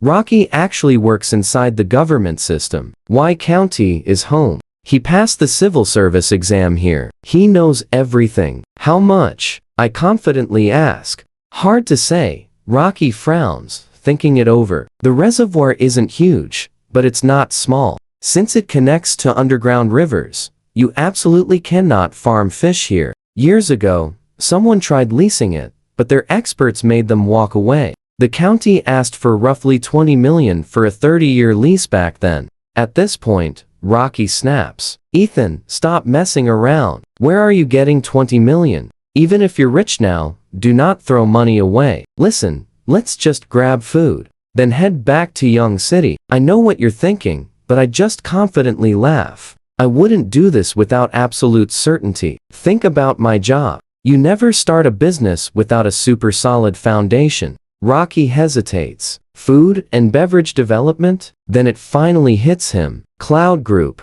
That exact company built an entire empire selling bottled water. Did Ethan secretly secure some core technology? But seriously, what kind of core technology does water even need? Rocky just keeps aggressively pressing. You're really not joking? Absolutely not. All right, let me call someone. Rocky gets straight to business. He whips out his phone, dialing as he paces the boat. After a brief chat, he hangs up, thanking them. I asked to contact. If you're totally serious, go negotiate. Probably around 15 million. Still 30 years. I nod. Thanks. I immediately face Lily. Get it under 10 million for 20 years. She points at herself, completely shocked. I rub my chin. You're my only capable person right now. Who else? I add quickly. Or just call Director Norm and ask him to send someone way more competent. Lily goes completely silent, frustrated and totally trapped. She wants to push back, but absolutely cannot. Director Norm made it clear, mess this up, and she is fired. Fine. She heavily grits her teeth. On shore, she leaves with Zach. So what do you and I think? I'm no businessman, but playing with fire for massive profit? Game on. Let's dive right in. Everyone has their theories, but honestly, our guy isn't sweating it. Why? He's got a secret system and perfect timing. All those rumors about him being some mastermind genius planning 10 steps ahead? Total nonsense. He's just an ordinary dude living by one golden rule. Let the pros handle the heavy lifting. Case in point, Lily, an absolute powerhouse in the high-stakes finance game. His job is simple. Chill, drop game-changing tech when required, then sit back and watch the cash roll in. All those tiny details? Not his problem. He suggests getting food, but Rocky panics. Is it really okay leaving Lily out there completely alone? Should they check on her? Nope. Total trust. He just grabs Rocky and drags him straight to the Moon Lake restaurant. They eat like kings. Hours later, Lily finally walks back in with Zach, completely exhausted. She basically collapses into a chair. She stares down at the cold leftovers, feeling absolutely crushed. Right then, she hustled for hours on zero food, only to get scraps. Worst boss ever, right? He casually asks if it is done. Lily nods, completely running on empty. 9 million, 20 years. She forced the price as low as possible. Online processing wasn't an option. Honestly, the sellers didn't want to lose a massive spender like him. They rushed it. The contract is ready to sign right this afternoon. Seriously impressive. That right there is a true professional at work. He flashes her a thumbs up and immediately orders fresh food. That little gesture works. Her mood shifts, and a tiny smile finally appears. After eating, he grabs a ride, drops Rocky off at his place, and heads straight toward the county offices with the rest. Now, pay close attention here. This balding guy. Greeting him is Deputy Commissioner Liu, the big boss handling all local county investments. He looks incredibly friendly. They sit, review the paperwork, and sign the deal. Liu steps up, smiling for a handshake. He mentions hearing about the new reservoir water plant. He offers the county's full support, handing over his business card. Very polite. Smiling back, our guy shakes his hand. The reservoir is only step one. A massive processing facility is coming up next. He asks for local backing. Liu beams brightly, promising absolutely no issues whatsoever. See, being near the capital is tricky. It's a huge blessing because worker commutes are short, but there is a major downside. The curse? This small county can never quite escape the big city's shadow. So, a brand new factory? Pure music to their ears. Even if the whole business plan sounds totally crazy right now. They say their goodbyes. Back at the hotel, he snaps a picture of the contract and shoots it over to Director Norm. Norm sounds agitated. 9 million for a reservoir lease? Are you entirely serious? You and I know what they plan. Something flashy. But this old, broken down reservoir? It doesn't justify a single dime. No one would loan 80 million for this. But he stays calm. The water quality is perfect. Just drink it and live longer, he jokes. Norm goes totally quiet. He wants to help, but this is incredibly crazy. He isn't bluffing at all. Just look at the bioidal water enhancement system technology. Why the fancy name? Why not just purified water? Because it's absolutely not spring water, and it isn't purified either. It is fully processed and enhanced to actively heal and boost the human body. Call it water, but it's actually a high-tier health supplement, a fully real one. The system even left a special note on it. It claims to rival gene evolution serum, meaning this stuff actually carries a tiny fraction of real, game-changing evolution power. Maybe less than 1%. Maybe even a tiny fraction. But it genuinely works. The catch? No system points yet, so no sample. They argue back and forth on the call for 10 solid minutes. Neither budges. Norm finally gives up, feeling totally exhausted and incredibly frustrated. He wants to yell, but hesitates. Ethan has dirt on him. If the kid cracks under pressure and talks, Norm is finished. Luckily, he sent bodyguards and an assistant. With Lily watching the money closely, things probably won't completely crash and burn. And if it fails, he pulls the remaining loan, locks the factory, and sells everything. He might take a small loss, but he safely survives. He rationalizes it. He's just helping the guy out, right? Plus, Preston will definitely bail him out when the time actually comes. Losing his director's seat beats prison. Norm's face turns totally pale and hollow. When he speaks, his voice is dead flat. Lily will prep the paperwork. The funds will be transferred within 3 short days. Trust me, the stakes are crazy. Fail to pay, and it is straight to prison. The tense call suddenly ends. Let us dive right in. I just shrug. Why worry about what has not happened yet? With my next level tech, losing is impossible. Meanwhile, Director Norm's face completely shifts. Deep regret totally takes over. He pauses, thinks, and immediately calls Preston. Yeah, Preston. It is exactly like I said. I'm totally finished. That kid is truly something else. I'm telling you, he has zero business sense. Yeah, thank you. I swear it is completely true. He borrowed 80 million just to sell bottled water. Understood? We will just leave it exactly at that. In a Yong City neighborhood, Preston hangs up, completely baffled. Nothing makes sense to him anymore. Nearby, an old man slowly sips his porridge and glances over. Something wrong? Nothing major. Preston frowns, then explains the entire crazy story to him. I honestly thought this guy was worth getting to know. But seriously, what is this wild move he pulled? 80 million spent on bottled water? The entire national market has been completely locked down for years. Every major brand already dominates it. Even right here in East River Province, Cloud Sea Group has the entire beverage market in an absolute stranglehold. What is he doing? How is this any different from walking straight into a massive, doomed trap? The old man slowly wipes his mouth, speaking completely calmly. When you get older, nothing surprises you anymore. A madman always has a wild way of doing things. Winner takes everything. Do not judge him just yet. Anyone making a wild move like this, assuming they are not totally clueless, definitely has something huge backing them.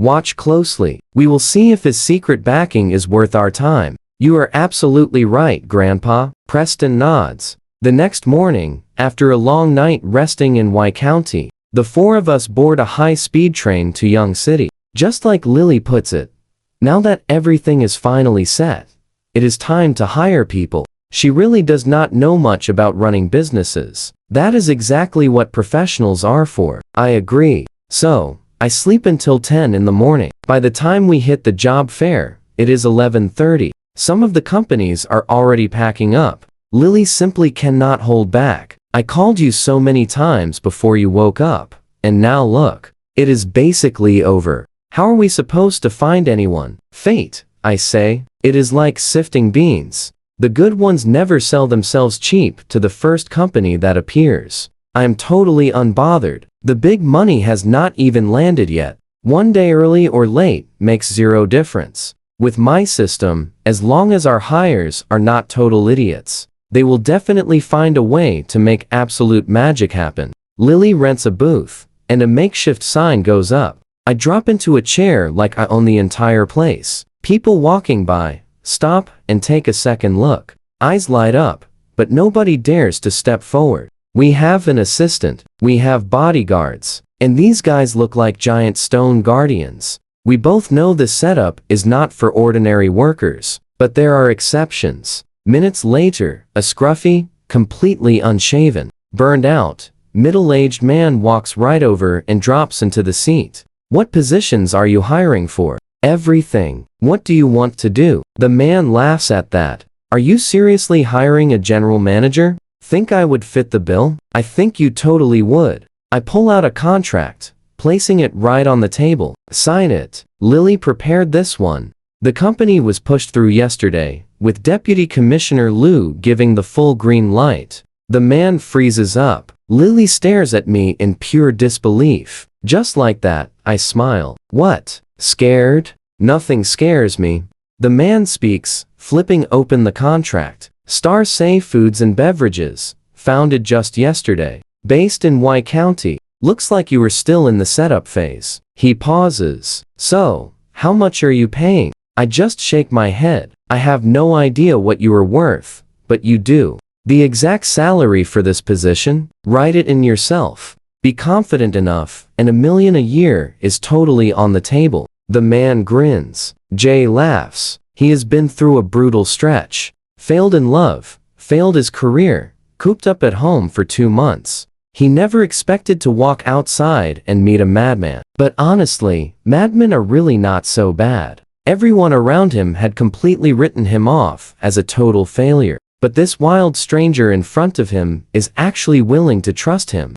Give him a shot. Something stirs in Jay's chest. Real ambition, maybe even a little gratitude. You will not regret this. Jay writes, general manager for the position, and $800,000 a year for salary. He puts the pen down. That price for me is honestly a bargain. I will prove my worth. So confident. I give him a thumbs up and stand up. Here, you sit here. What do you think you are here for? Jay blinks. What else? Recruiting. I have never done recruiting before. Every expert has their specialty. You are the professional, so you do it. Jay feels another wave hit him. This time, real warmth. The contract is not even dry, and already, he hands over the wheel. That is trust. So what do we take from this? Real trust changes everything. He takes the seat firmly, telling me to leave the bodyguards and recruiting to him. Right now our new company has the boss. Stick with me here, you're about to see the boss's assistant, 2 tough bodyguards, and you, the only employee. Figure the rest out. Jay absolutely freezes, snapping right back to reality. All that warm, fuzzy feeling, completely gone. Now, he's terrified. Did some rich kid playing entrepreneur just play him? Is this a fake shell company? This young boss is way too chill. And his very first hires were a pretty assistant and 2 massive bodyguards. Is this an actual legit business or just some elaborate prank? I just smile and give his shoulder a gentle, encouraging pat. This is your golden chance to truly build yourself up. A rare shot to grow a business from absolute zero. You need to grab hold of it, taking this company from nothing into something incredibly real. Even if you leave us someday, building this will absolutely carry your resume forever. Then why not just start my own company instead? Jay fires back on pure instinct. But do you have the money? I ask. That hits hard. Total silence. Jay has absolutely nothing. Got it, I smile. We're going to grab food. We'll bring you something back. I grin, heading off with Lily and the rest of our crew. Jay tightly grips his fist. Why the hell am I actually touched by that? This boss is something else entirely. Fine. Let's see how this plays out. Now watch this. No secret contracts, 0 penalty fees. If this whole crazy thing crashes, he can just walk away. We leave the job fair behind and hit an upscale hot pot spot. All 4 of us sit down, ordering the signature dishes without hesitation. This spot is super upscale. One meal easily drops 2 or 3,000. Compared to my old struggles, spending cash like water is basically my brand new normal. I sit in silence with that thought for a moment. Whether it's the original soul before awakening or my life before that, neither version of me ever lived this comfortably. My past life was nothing but endless work, grinding every single day just to barely pay the mortgage. And in this life, a total corporate drone, 9 to 9, 6 days a week. Worked myself to the absolute edge. Not a single good day lived. So what do you call this lifestyle now? Pure revenge? Spending? And it's not just because I have cash. I've been close to the end twice now. I've finally seen through a lot. Everything else is just background noise. Maybe living for right now, in absolutely no regrets, is what's truly real. Magic system or no magic system, I've decided to live completely free. But through Lily's eyes, everything I'm doing seems a little strange. After years around all kinds of people, Lily has a strange feeling she can't quite put into exact words.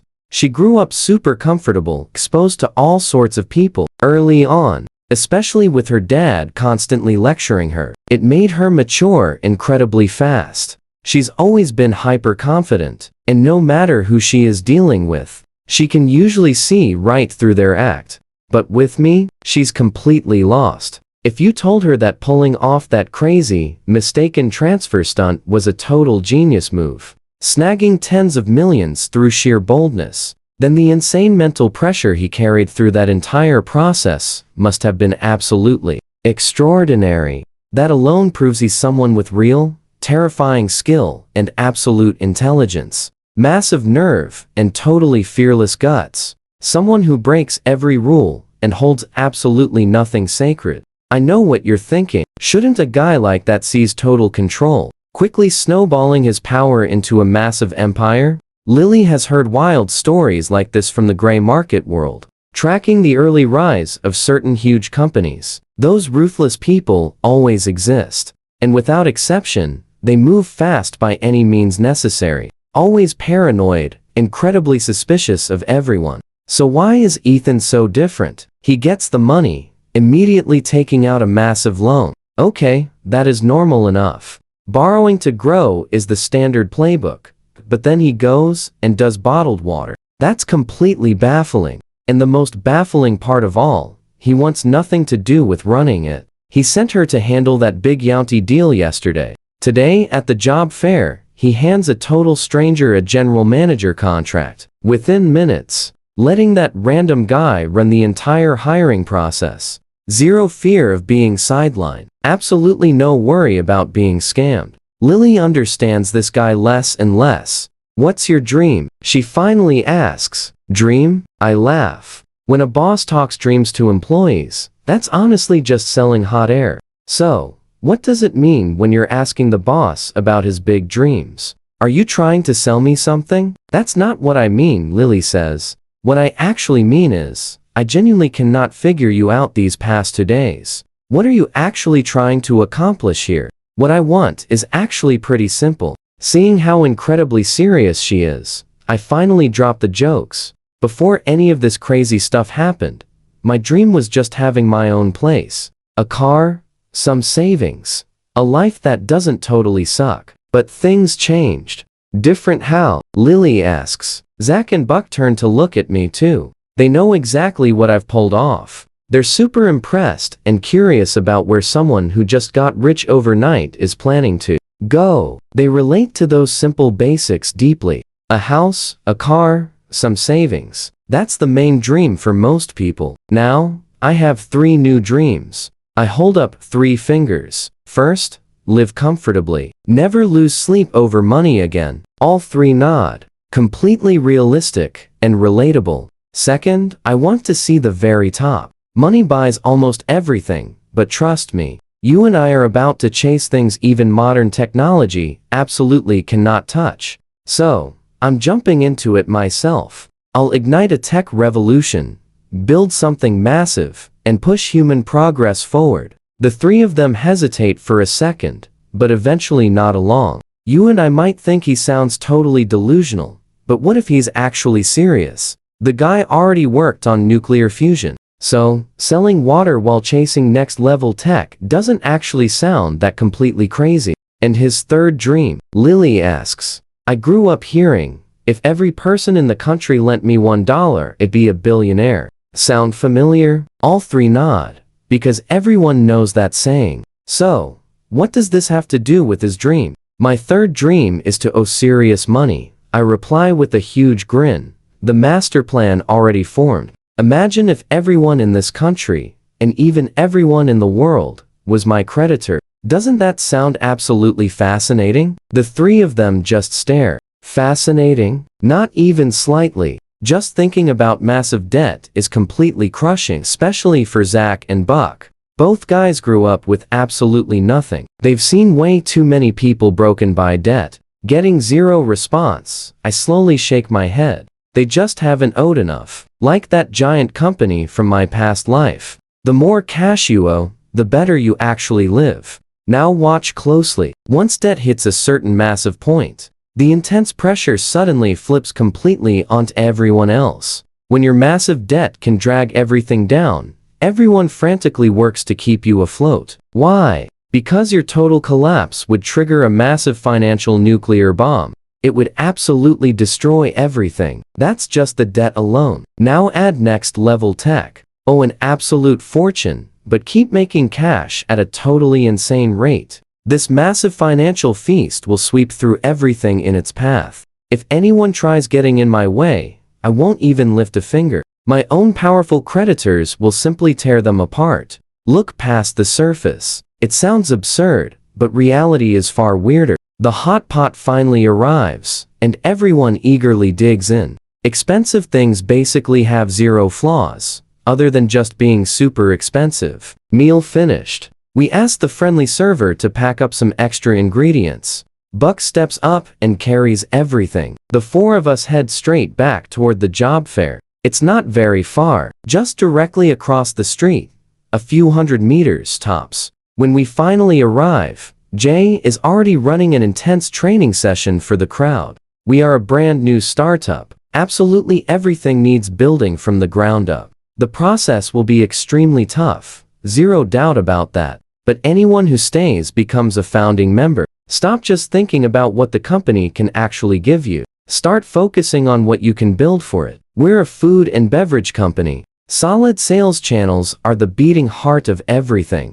Every single one of you has the background for this. That is exactly why I want you here. Big companies might sound awesome, but are they really? The competition is totally brutal. Promotions move slow, and raises are incredibly rare. Small companies aren't great either. Terrible environments, totally low pay, and nearly impossible sales targets. So, what kind of company is actually the perfect fit for people like us? A startup. In the early stages, the boss is still literally throwing money around. Promotions come fast. Yes, competition is fierce, but making money is actually simple. Why is that? Because even if you can't close external deals, you still earn straight from the boss. Think about it carefully. If the company completely fails, that's definitely not your problem. The product wasn't competitive. If the boss fails, that's completely on his vision and choices. What do we lose? Absolutely nothing.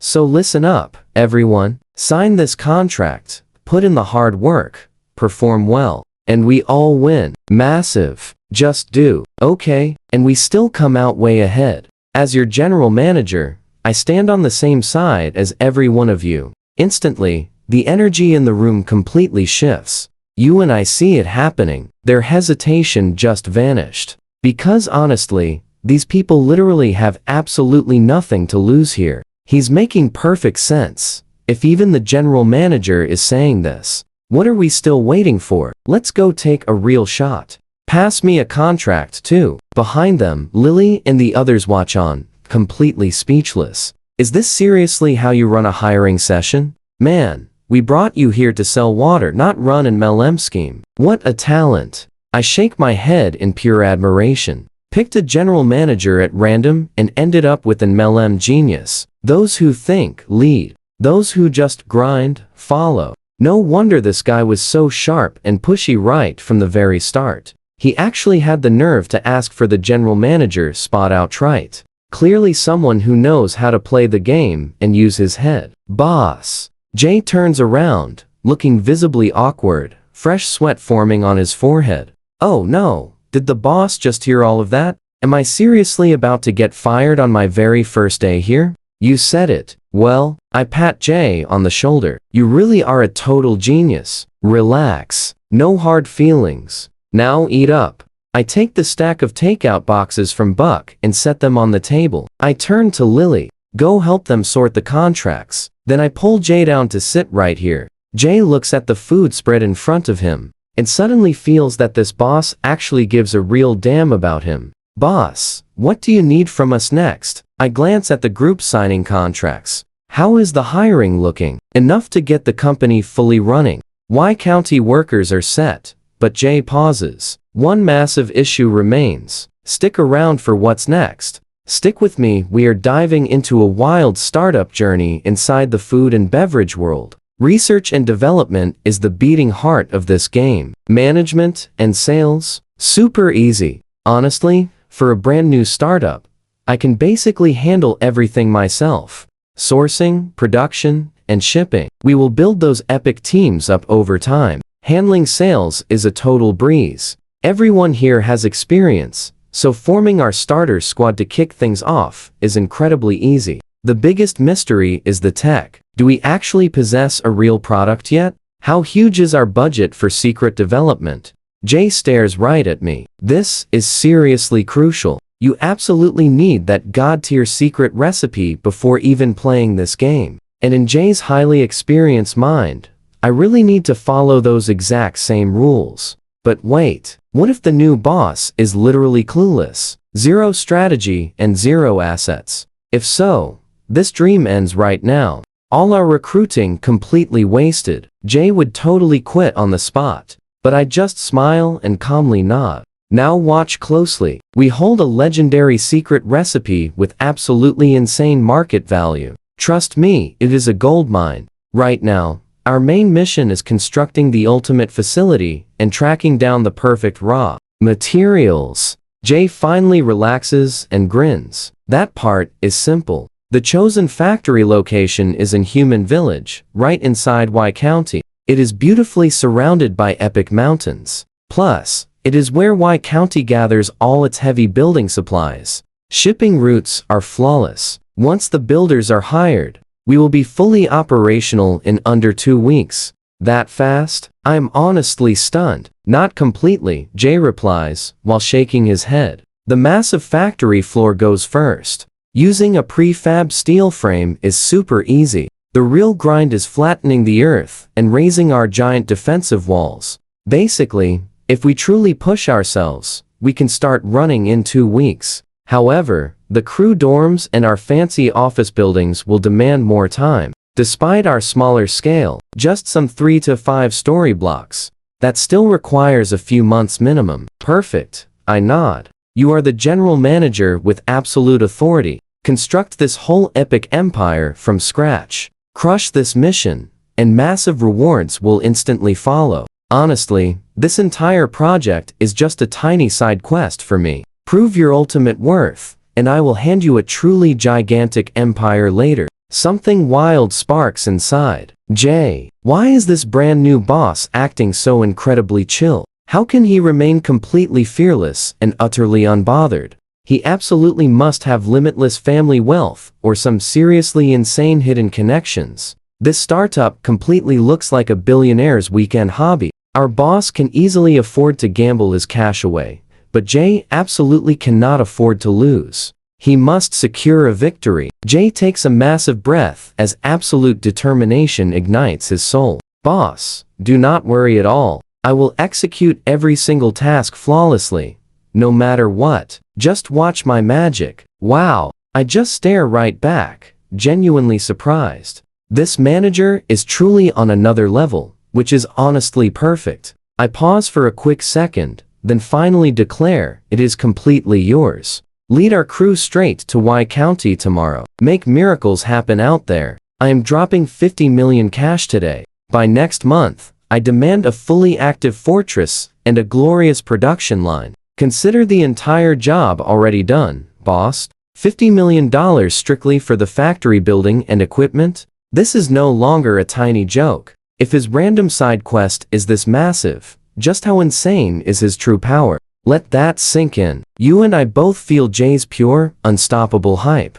Give every single invoice directly to her. I point straight at Lily, and Jay instantly nods. Absolutely, boss. He leaps up and eagerly grabs Lily's details. Lily can clearly tell Jay is intensely analyzing the situation, trying to find a hidden angle. But the massive loan is way too complicated and top secret, so she says absolutely nothing. After dropping that bomb, I casually leave with my crew, trusting Jay to handle all remaining chaos. The next day, when Jay takes our entire team to Y County, I do not even go to see them off. Just a quick phone call. 2 days later, $80 million hits. Lily flawlessly managed every single detail, leaving me just one final signature. A few chill days fly by. Eventually, on the legendary evening of June 30th, I toss my phone away and retreat to sleep. Meanwhile, Zach and Buck share an incredibly confused look out in the living room.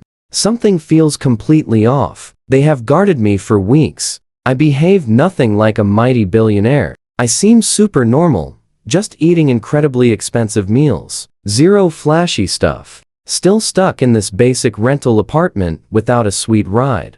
It is honestly like I possess zero desire for cool stuff. Usually, I act exactly like those guys. Swiping through random videos, refusing to sleep early, and literally never waking up before noon. I somehow infected 2 elite special ops soldiers with my extreme laziness. Their sleep routines are totally ruined. But the massive secret? I am not avoiding luxury cars and mansions by choice. Those insanely awesome things remain totally out of my current reach. So where does this leave us? Budget gear is incredibly boring, and my late-night gaming sessions are an unbreakable habit. Stick with me here. I am hitting the sheets early tonight for one reason only. 8,000 points are finally dropping. The literal foundation for my entire plan. Ding! That sweet system chime hits my brain. Monthly settlement officially starts. Settlement complete. Congrats, player. Debt 80 million. 8,000 points awarded. Finally, a huge grin breaks out.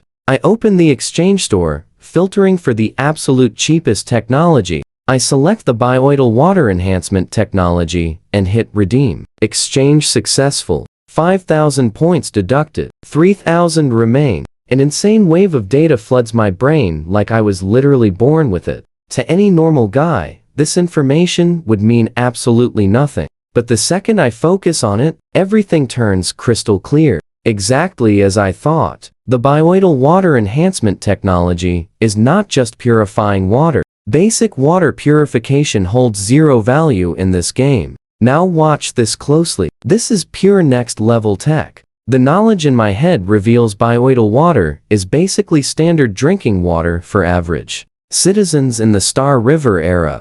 In that distant era, humanity literally colonized the stars. Water became incredibly scarce. There are countless planets across the universe, but very few actually contain any fresh water. Planets with water actually safe for human consumption are even rarer. So, the legendary bioidal water enhancement technology was born. The water it makes is not just your basic fresh or purified water. It starts with purification, then uses a secret formula blending hundreds of trace elements, totally infusing it with raw energy and self-sustaining bioenergy microbes. The absolute core of it all is those bioenergy microbes. They actually reproduce entirely by themselves. They create a perfect self-sustaining cycle in the water, keeping it perfectly fresh, even if stored on a warship for literal centuries. And the longer it sits there, the more these amazing microbes evolve and optimize. The water literally grows sweeter over time. The bioenergy inside keeps building up. Simply put, you feed the microbes energy so they can grow. These microbes reproduce, fade naturally, and generate pure bioenergy. That amazing energy is then perfectly absorbed by the human body. And it isn't just the expired microbes helping. The living ones benefit your body too. They enter the body and completely optimize its water content from the inside, forming an amazing internal cycle that continuously delivers small drops of bioenergy, actually slowing down the rate of cell division, boosting human lifespan just a bit. And once that bioenergy is fully replenished, it dramatically increases your overall vitality. But there is one tiny downside. Once these bioenergy microbes enter the human body, they just cannot handle the internal temperature. Within a few hours, they fade out entirely. Basically, these microbes handle cold perfectly. They can survive being trapped in ice. I know what you're thinking. Over 35 degrees Celsius, they break down. Still, this stuff is incredible. My eyes totally light up. Pure genius. The single real weakness is heat ruining them. Cold chain storage and transport are mandatory. But compared to its insane benefits, that is absolutely nothing. Higher cost? Just charge a higher price. I pull out my phone and quickly start searching for all the raw materials needed. All completely common materials. The only real challenge is cultivating the original microcolony. I dial. A soft, groggy voice answers. Lily is clearly half asleep. Asleep already? Oh, boss. What do you need? She somehow pulls herself together. Listen, I need to rent a biolab for a specialized microbe cultivation project. Get it sorted. I need it by tomorrow. I say it straight. Zero room for discussion. Cultivating this original microbe colony will take roughly a week. The Moon Lake factory should be ready for its initial use in exactly the same time frame. In other words, the timing is absolutely perfect. Oh, come on. Before those words are even fully out of my mouth, the call goes dead. Lily grabs her head with both hands, silently screaming in frustration. A knock at her door. Something wrong? Nothing. Lily opens the door, still wearing her pajamas. Her dad just got home from work. She pours him a glass of water and states flatly, "My boss just decides crazy things on the spot. Now, he expects me to rent a biolab for some special microbe cultivation project. Dad, I studied finance in school. Where am I supposed to find a biolab?" "Then quit," Owen says, rubbing his temples. He tosses his files onto the table and takes the glass of water she is offering. What was Director Norm even thinking? Sending you to be someone's assistant? What was actually going through his head? I'll have my contact give the guy a word. Don't. Lily shakes her head firmly. I do not want people talking about me. Honestly, that guy is a nightmare to work for, but he actually treats his people really well. Good food, good drinks, zero weird office politics. He just makes random decisions out of thin air. Anyway, I will ask my contact tomorrow. Owen sets down the glass. East River Province isn't exactly a research hub. These labs are hard to come by. You and I know finding one fast is nearly impossible. You can't just walk in and rent those facilities. Let my contact look into it. Fine. Lily thinks it over and nods. I guess that's the absolute best option. By the way, I never actually asked you something. Stick with me here. Why would our guy need a whole biolab? Brushing his teeth, Owen calls from the bathroom, totally confused. Selling bottled water? Lily just shrugs. Who knows what his real plan is? A side hustle selling probiotics? Owen literally stops brushing. Despite all his business experience, he is completely and utterly lost here. He already fought the massive cloud group. And now, he wants round 2? Is he insane? What kind of beef does he actually have with them? No clue. Lily rolls her eyes, then pauses to drop a massive bomb. Felix from Cloud Group apparently stole his ex-girlfriend. Classic rich kid. Felix Rex. Owen frowns deeply at that name, of course. Like father, like son. Ever since the Rex family patriarch died, that entire bloodline has been going rapidly downhill with every single generation. Next morning, our guy does something crazy rare. He wakes up early. He follows Lily into a legitimately professional biolab. Almost everything he needs is prepped. Whatever is missing can get ordered instantly. Inside, after endless mixing rounds and 17 complex fermentation steps, the ultimate culture medium for the original microcolony is actually ready. By the time everything finishes, it is already evening. He carefully chills the culture medium down, waiting for those bioenergy microbes to finally show up. These aren't normal. They are an evolved, mutated strain, grown from highly specialized microbes found inside both humans and animals. He spent the whole day grinding here, wasting half that time purely on cultivation and separation. You can't just grow these solo. They must be isolated from basic microbes using a super-specific, high-level method. Otherwise, the end result becomes completely disastrous. Only after a perfectly clean separation can they enter the medium for massive growth, multiplying until the colony hits a flawless, self-sustaining circulation. Then it is officially done. He leaves strict instructions for the lab staff before finally heading out, absolutely starving. Walking out those lab doors, Lily realizes she is feeling completely exhausted today. She thought this was a prank. Turns out, our boy actually knows his stuff. Seriously professional enough to leave the actual staff stunned. Need anything else, boss? If not, I am done. He rubs his head. No rush. Food first. Also, call Jay. We desperately need a massive purification system. Our water must hit perfect, sterile standards. Got it. Anything else? Order 20 fridge trucks, hire drivers, and tell Jay the canning process must be totally sterile. Time is tight. Push him hard. Understood? 1 week FLIs. Every day, he hits the lab to check the colony. Then, one morning, the colony rapidly multiplies and dies. Watch closely what happens next. The original microcolony finally enters self-sustaining circulation. He is absolutely thrilled. He isolates a portion, blending it with sterile water and trace elements prepped early that morning, ensuring the sterile water packs enough base energy. He drops in a tiny bit of the separated microbe colony. After 3 straight hours of intense monitoring, these microbes show literally zero abnormalities. With the energy supply locked in, they multiply incredibly fast. He exhales. Done. A full week of absolute grind. Finally complete. Pouring the water into a sterile container, he walks out, smiling. Did it actually work? Lily asks.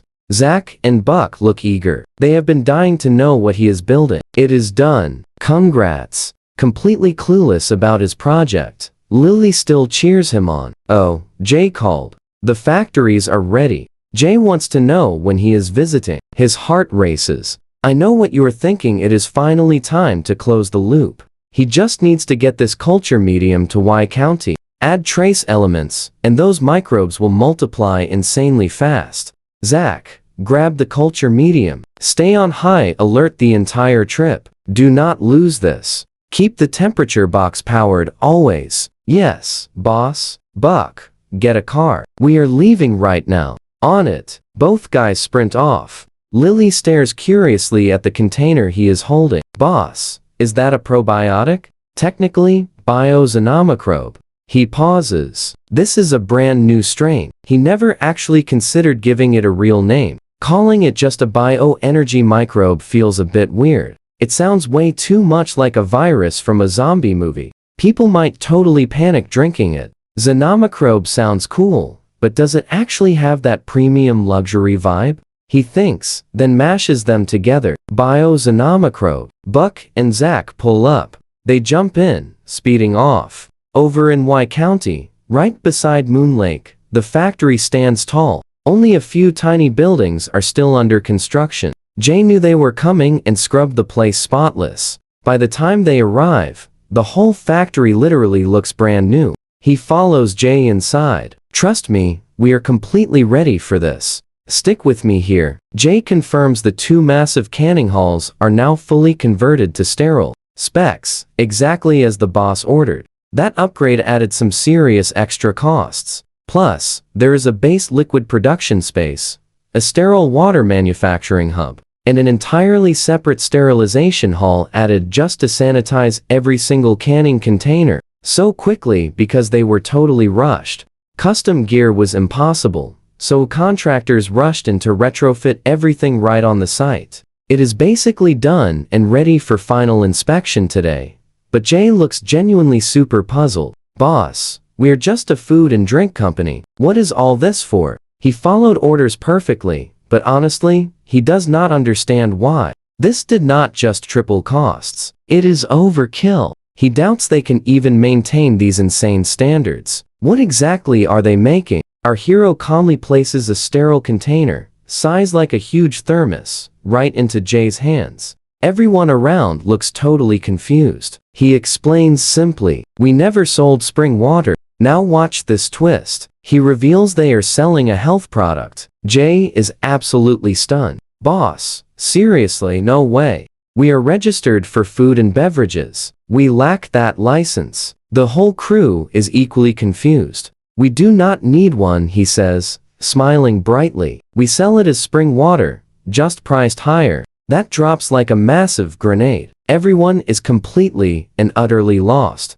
So, it is still just water? Nobody follows the logic, but Jay's eyes totally light up. He gets it. You are playing a gimmick, right? Market it as sterile wellness water. Sell under a health label, but it is literally just plain water. Pure profit. Boss, you are a genius. How clever can you get? The team looks at him with that same weird stare. He facepalms with a huge sigh. You guys have absolutely no idea what you are saying. Right then, they all step straight into the main liquid production hall. Two gigantic storage tanks stand there proudly. He just smiles with pure satisfaction. He only needs to fill these tanks using sterile water, load some trace elements, and those special microbes will start multiplying super rapidly. And then, an automated system perfectly blends them at a 10,000 to 1 ratio with purified sterile water, tosses in another trace element round, and the epic final product is complete.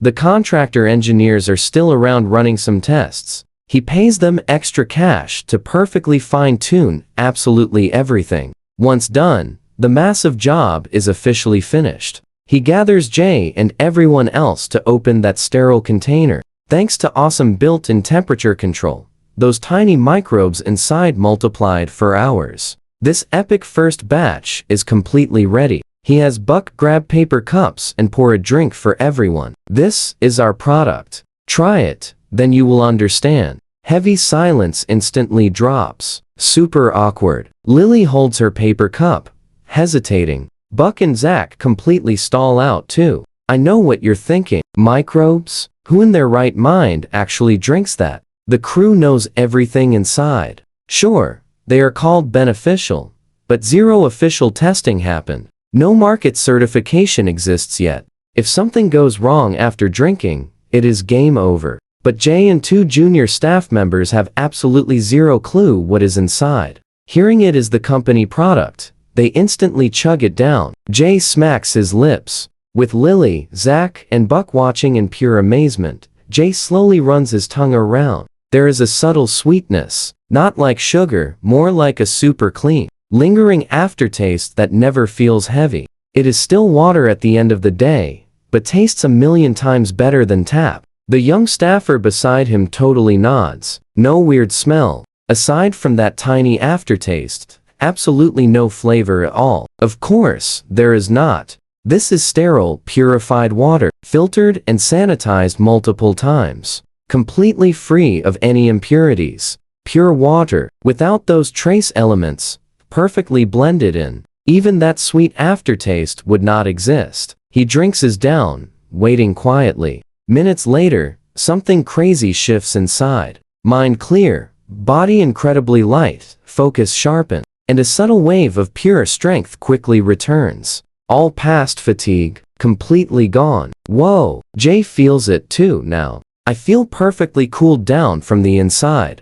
Sharp, clear-headed, and my whole body feels strong. It is subtle, but real. Then, his expression instantly shifts. A wild thought crosses his mind. He snaps his eyes over. This is not something illegal, is it? You cannot blame him for panicking. Effects this incredibly noticeable? The only legal thing coming anywhere close is pure adrenaline. Normal health supplements are basically a massive scam. Forget whether they actually work. Even if they do, you need weeks before feeling anything. But this new product? One tiny sip, a few short minutes, and you feel the power. If that is not illegal, what is? Jay is completely terrified now. Those two young staffers start heavily sweating too. No way. We took this job, never got a paycheck, and now we are basically drug dealers? Man, what a wild way to go out. Meanwhile, Lily, Zach, and Buck hear how epic these effects are. They pause briefly, then finally chug it down. After all, the boss drank it. They trust the process. And trust me, you and I are about to see this miracle water change their entire world forever. Let's dive in. Watch these three become completely speechless and totally stunned right before our eyes. Catching Jay's worried face, I just laugh out loud. Our product is amazing and totally, 100% legal. This is my personal research. By pure luck, I uncovered a wildly evolved, highly advanced microbe strain. It easily absorbs trace elements and perfectly converts them right into pure bioenergy. But this is not your basic fuel source. It is the exact energy humans crave. Think pure vitality, powering up both your physical strength and mental focus. Usually, your body makes energy using several organs working beautifully together. But this bioenergy skips all that and goes straight in. It rapidly restores power, perfectly optimizes hydration, and temporarily maxes out your physical performance. A totally genuine boost. No stimulants. Are you serious right now? Jay asks sharply. Watch closely. You and I are seeing Jay absolutely lose his mind with excitement. Could drinking a ton of this turn someone superhuman? What happens if massive amounts of these microbes constantly build up inside human bodies? Could that extend human life and completely replace our organ functions altogether? Could it instantly cure illnesses or keep a fading person alive forever? Would it feed endless energy into cancer cells? Hearing Jay spiral like this makes everyone's imagination run totally wild. They all stare at me, completely breathless and hyped. Achieving even one of those goals would absolutely shake the entire world. Lily, Zach, and Buck suddenly remember that bold promise I made to them just a few short days ago. He was launching a massive, epic tech revolution. Honestly, if this incredible product shows even a tiny fraction of that power, I truly have sparked a massive biotech revolution today. But sadly, I just shake my head. The gene evolution serum connects to this, but they do not even compare. This drink falls incredibly short of the actual serum. It is literally just one single foundational piece needed to make the complete gene evolution serum. Inside the system store, that gene evolution serum costs an absolute fortune. carrying unbelievable tech that makes this bio-vital water look like a joke. Superhuman is impossible. Plus, the human body has firm limits. Do not even dream about chugging this to infinitely boost your raw physical strength. Honestly, chugging more will not increase the powerful effects. The boost simply lasts much longer. Sure, if tons of these microbes stacked up inside your body, it might theoretically extend your life, but achieving that is honestly just flat out impossible. The microbes need cold storage. Above 95 degrees, they start fading. Inside a human, they survive a maximum of 4 hours, and running a fever shrinks that fast. But honestly, tiny bit of extended life is actually still very possible. Just drink 6 shots daily to keep those amazing microbes constantly thriving inside your system. You will not just feel sharp and incredibly energized. Your immune system gets a massive boost, easily fighting off illness.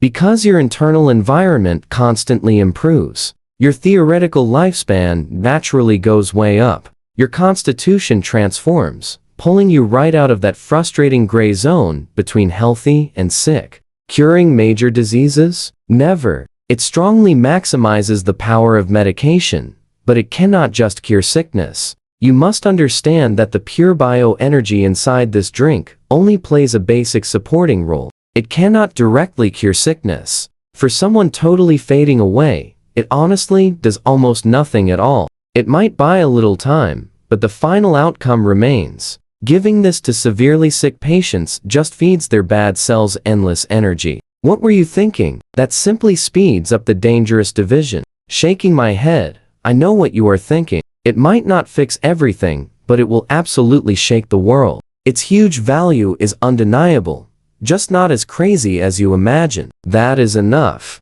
Jay rubs his hands, totally buzzing with hype. Absolutely more than enough. We will totally crush every competitor out there. This market is massive. Even if our production costs remain super high, and our premium price blocks out average buyers, this is still more than enough to make you the richest man alive, boss.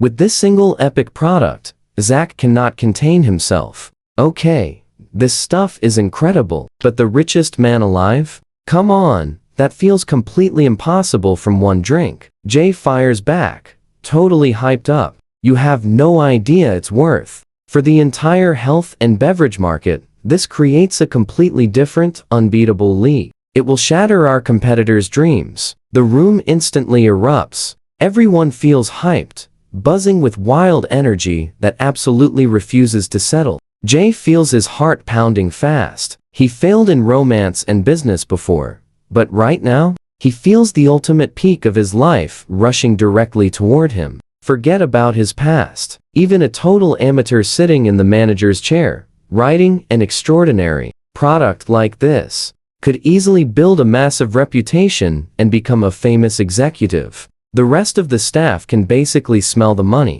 Trust me, Zach and Buck can finally breathe easy. Watching me was never their strong suit, especially since I treat them so well. Now that Ethan's business is totally set up for success, they can go back to their actual day job, being awesome bodyguards.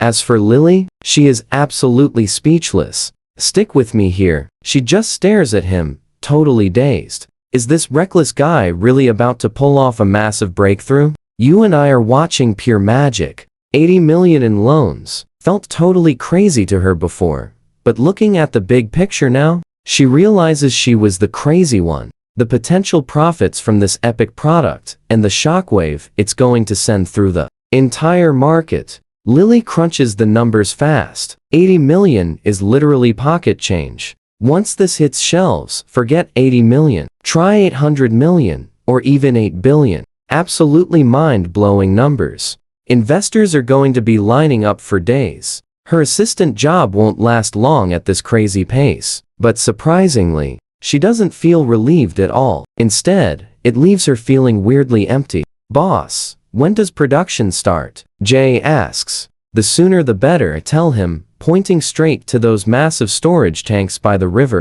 I will start culturing the bacteria this afternoon. One single night is all it takes. We launch first thing tomorrow morning. I absolutely need a test batch of this stuff to secure that major investment. We also start pushing it into the market, run some ads, whatever is needed. I leave all those details to you. I want our product out there in 3 days. And here is where it gets interesting, watch closely. Debt is the greatest driver of innovation. Consider it done. Jay is so pumped. He pulls 2 guys forward. Boss, meet the team. This is Marcus, 30 years old, and absolutely full of drive. He has been going all in on company operations lately, showing a massive talent for management. Best of all, after shadowing the engineers these past few days, he knows our entire facility like the back of his hand. I want to temporarily promote him to head up the entire bottling facility, putting him in charge of both major lines.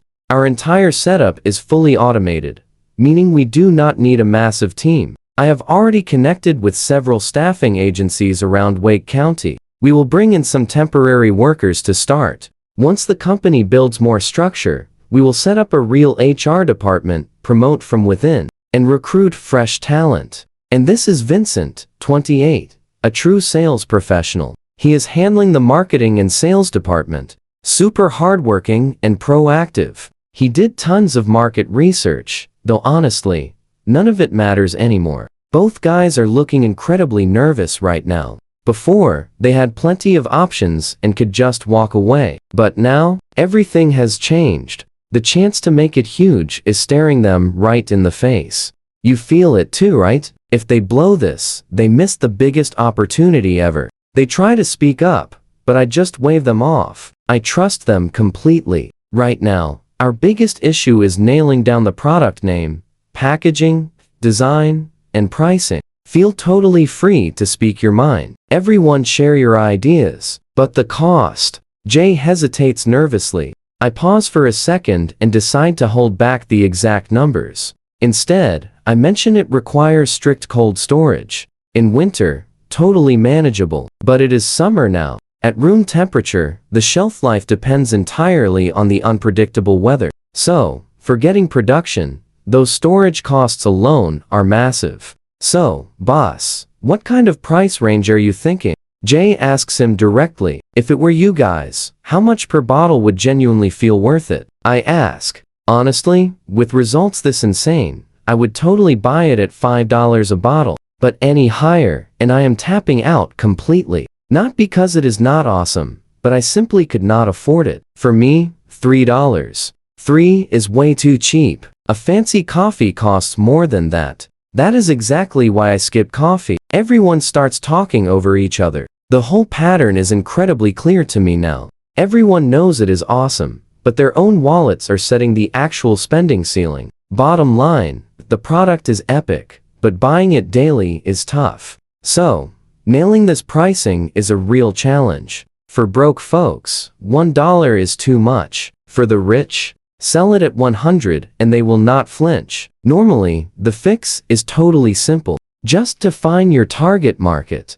But this epic product is different. The market here is literally everyone. So what do you think? I look right over at Lily. She pauses, thinking it over. You guys are totally overcomplicating this. Pricing and packaging do not have to be completely separate issues. I have 2 solutions. First, small, medium, large, and extra large. Just set different prices for the different sizes. Like you mentioned, the effect stays basically the same no matter how much you chug. So, a one-size-fits-all bottle is completely unnecessary here. That works perfectly. Everyone lights up. And the second solution? I ask. Even simpler, Lily casually replies. Looking slightly sheepish. You have all gotten vaccines, right? You know those tiny glass vials they come packed in? You snap them open, shaped just like a rifle cartridge. They are called ampules. Each one holds anywhere from 1 to 25 milliliters.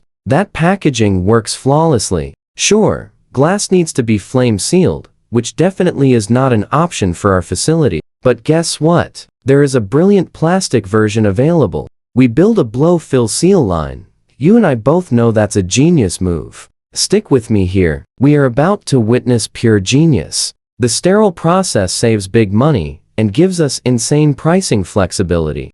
The room goes totally quiet. Everyone just stares at Lily in shock. Then Jay claps his hands loudly. Why did I miss that? We are selling the magic, not the actual water itself. The volume per bottle does not matter at all. The effect does. Following Lily's brilliant logic, each tiny ampule holds 25 milliliters. A standard water bottle is 500 milliliters. That is 20 ampules per bottle. At $3 an ampule, that is $60 total. Absolutely genius. I happily give Lily a thumbs up. I had no idea you were this sharp. Their loss is our gain. Welcome to the dark side. This is incredibly brilliant. It solves both pricing and packaging in one epic shot. Keep it up. When I am super rich, I will give you a fat bonus. But what about the bottling equipment we already set up? Is that wasted? I ask. Not at all. Marcus quickly steps in.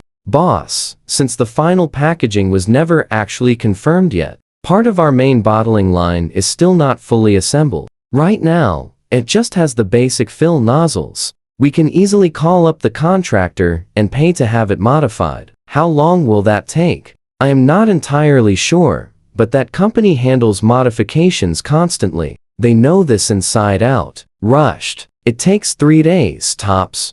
They have not left yet. I can go ask them right now. Go. Marcus takes off. Everyone proudly showers Lily with praise. Poor Lily turns completely bright red. The only person in the room not celebrating right now is Vincent, our main sales lead. He had thought through every possible sales strategy, whether sleek and premium or rough and budget. He had mapped it all out.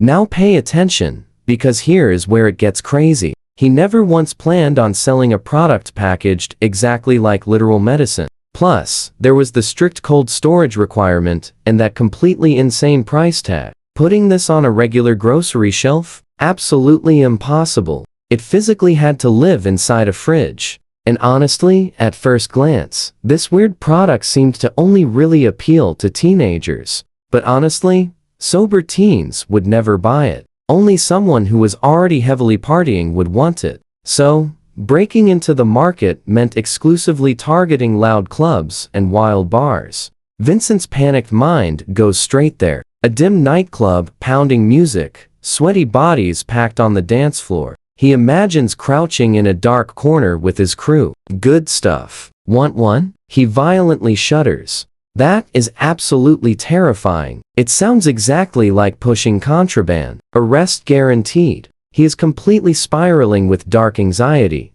but nobody else even notices his panic. The rest of us are already deep into brainstorming a cool product name. For a mainstream product, you could really go in any direction. Something classic and cultural, a traditional tea, or totally futuristic, like a high-tech electrolyte drink.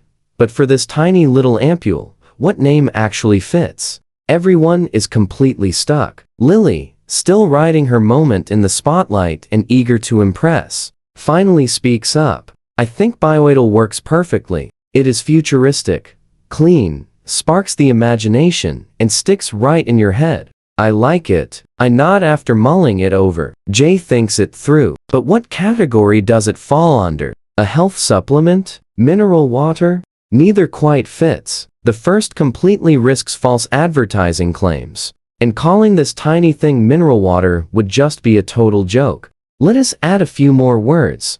I say, after thinking hard. Call it bioidal shot for oral use. Whoa. Does not shot imply injections? That is misleading, boss. Jay chimes in. Shot is a medical term. We are just selling water. You are both wrong. Lily's eyes light up. Calling it a shot does not mean it must be a drug. Our packaging is fully sterile. It actually meets high injection grade standards. And if someone decides they would rather inject it than drink it, you simply cannot stop them. I know what you are thinking, crazy, right? But as long as nothing goes totally wrong, nobody cares. Vincent, standing right nearby, is physically shaking. He feels everything heading exactly in the direction of his ultimate nightmare. We are completely getting arrested. With the packaging and name locked in, we officially move to pricing. The final price is set at $30 per ampule. I do not obsess over the exact number. But like Jay said, a great product needs a high price, even if you just drop it later.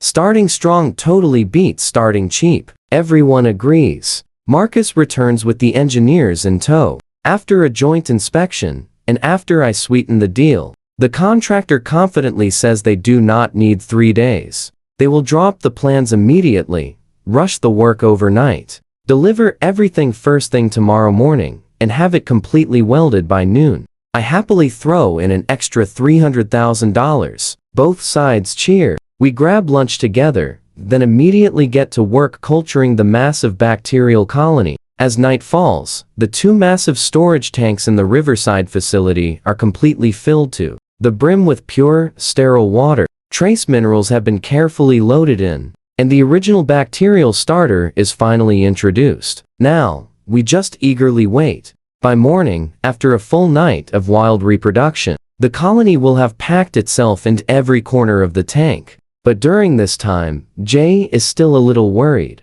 He wonders if a rival could cultivate it and copy our product. What do you and I think? Will this wild plan actually work? I think it over carefully before answering him. The colony's reproduction depends entirely on those trace minerals. Sure, it can survive without them for a little bit, but once they run dry, it fades away entirely. In theory, the longer the colony reproduces, the more bioenergy it generates. But there is one catch. Stick with me here. Without my exact formula for those trace minerals, successfully copying this product is basically just impossible. It would take absolute years of trial and error. With human technology right now, it takes 10 years minimum to even get close. By then, it will not matter. That night, everyone sleeps in the temporary quarters set up inside the facility. The very next morning, trucks roll in. The contractor engineers rush into both bottling lines alongside their eager crew.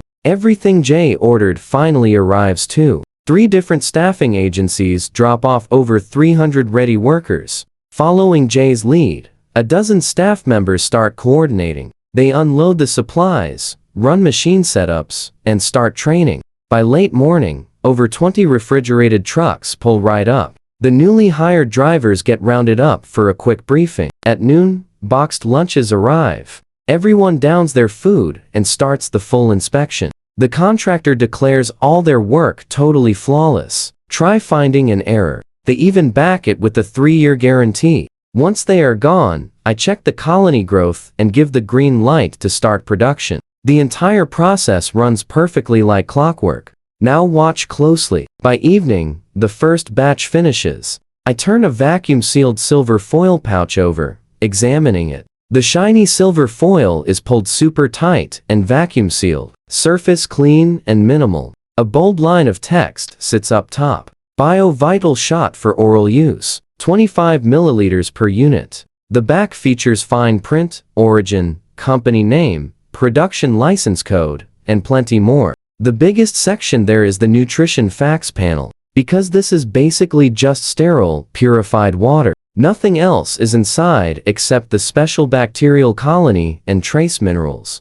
So, the whole panel sits blank per 100 milliliters. Next comes the expiration notice. Above 95 degrees Fahrenheit, it lasts 4 hours. Below 95 degrees, shelf life hits 3 years because those trace minerals inside can sustain the colony for exactly that long. Last are the usage instructions and ingredient list. Instructions are super standard. Keep refrigerated. Consume within 4 hours of opening. Avoid direct sunlight. Do not heat. But the craziest part is the ingredient list. Ingredients? Pure water. That is literally it. It cannot be helped. Trace minerals skip listing, and the bacterial strain legally cannot be written down anywhere. So only normal known ingredients get declared, and there is nothing but water. I tear open the silver foil pouch. Inside is a tray of plastic ampules, 10 in a row. Retail price, $30 per tray.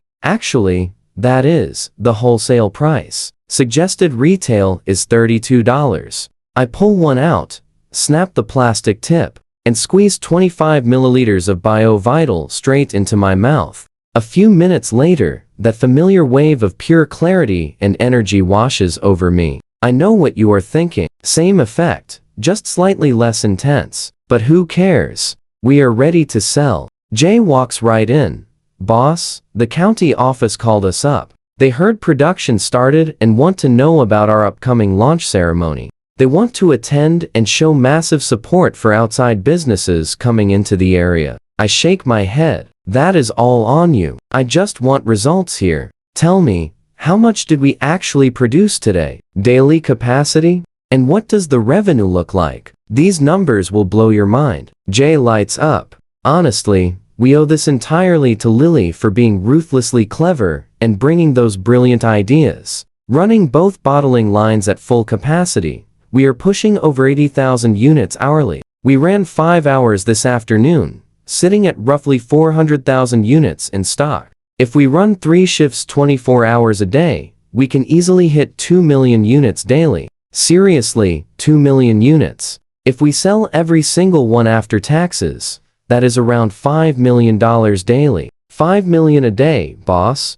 And after subtracting costs, that is pure profit in your pocket. Costs? What costs? I scoff. The raw materials needed for those trace minerals add up to basically absolutely nothing. Not even a 10,000th of revenue. This colony reproduces on its own. Besides paying the staff, there are practically zero costs. Alright, grab me some finished product. I'm heading back to Young City. This place belongs to you now. Anything you need going forward, just take it. You have my full backing. I start packing up. Jay feels completely tangled inside, moved by my absolute trust, yet still feeling like he is dreaming. We all know that exact feeling, right? For 2 days, he has been walking on pure air. But this is reality, no dream. All he can do now is rise up, honoring Ethan and his absolute trust. He cannot let this chance slip by. Time to prove his worth and make everyone who ever looked down on him eat their words.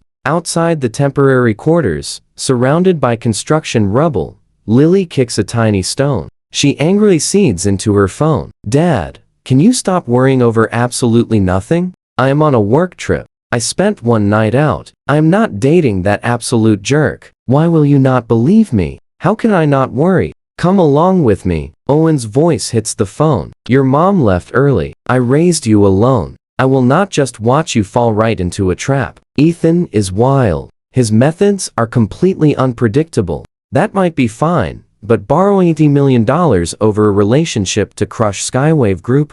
That is not just reckless. It is completely unhinged. Date nobody if you want. I will not say a word, but definitely not him. I am not. Lily bites her lip, desperately wanting to explain that Ethan is not just selling water. He is playing at a godlike level, but it is confidential. Nobody forced her to stay quiet, but no one dares to leak a single word. Lily has her firm principles. She cannot say it, so she completely loses it instead. Stop judging him through a biased lens. The guy is very capable. He is not unreliable like you claim, and he is plenty rational. See? You said nothing was going on, and now you already take his side. Owen pounces on that slip. Lily, totally flustered and furious, hangs up right then and there. What is going on? I finished packing my things and was about to call everyone over when Lily suddenly walks back with a super stiff expression. Nothing. Old man sticking his nose where it does not belong. Who? I pause. Then it clicks. Your dad is mad you stayed out. He is 100% a girl. Dad, where is your mom? Doesn't she keep him in check? My mom passed away. I am sorry. I get it. Owen's entire mindset completely makes sense now. He raised this girl completely alone, and she is his only child. If some guy suddenly swept her away, it would genuinely break him. It is fine. I have made peace with it, Lily says, shaking her head. I drop it. Some things cannot be put into words. In this life, I am an orphan. My former soul grew up completely starved of love, which is exactly how that scheming woman, Jinya, easily manipulated him into doing her dirty work. I catch up with Zach and Buck, and the 4 of us head out toward Wei County. It sits right on the Young City border. Now pay attention. Barely an hour's drive to the center. I dial Big Ray. I held back before, just waiting for this exact, perfect moment. Without a product in hand, talk is cheap. Having something real to show is exactly what gets investors highly interested. There is so much in the system store. I need money, not investment in the company. That is just equity. And equity simply does not count as debt. Ethan will never give up his equity. If people can just buy in, who will lend him money? What he needs are personal loans. Money lent directly to him. In short, high interest is totally fine, but equity is completely off the table. Loans only. Hey buddy, what a crazy coincidence. I was just about to call you. Some guys heard about what you have been doing and insisted I bring you out for a nice dinner. Are you free? Big Ray's booming voice fills the line. I am always free. I laugh. My new product just dropped too. You will have to give it a taste. Deal. I will send you the address. He hangs up, and the address comes through almost instantly. A high-end hotel located in Yong City.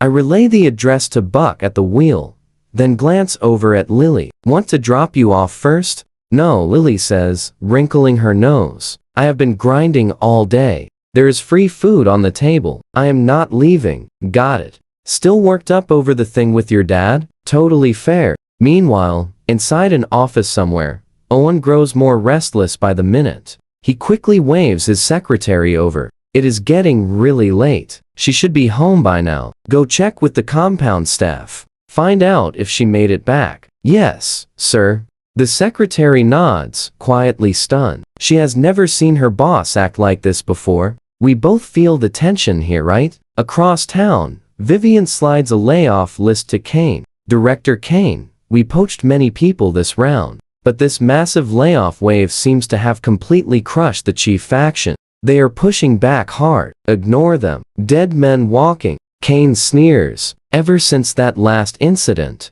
his deep contempt for the chief family has only grown stronger. They finally managed to clean up their image, and they are still pulling shady moves behind the scenes. Not a single working brain cell between all of them. What about Ethan? How is he doing? I have not heard anything about him in a while. Kane flips through the list as he asks. He honestly still has a soft spot for that kid. The guy walked away with millions.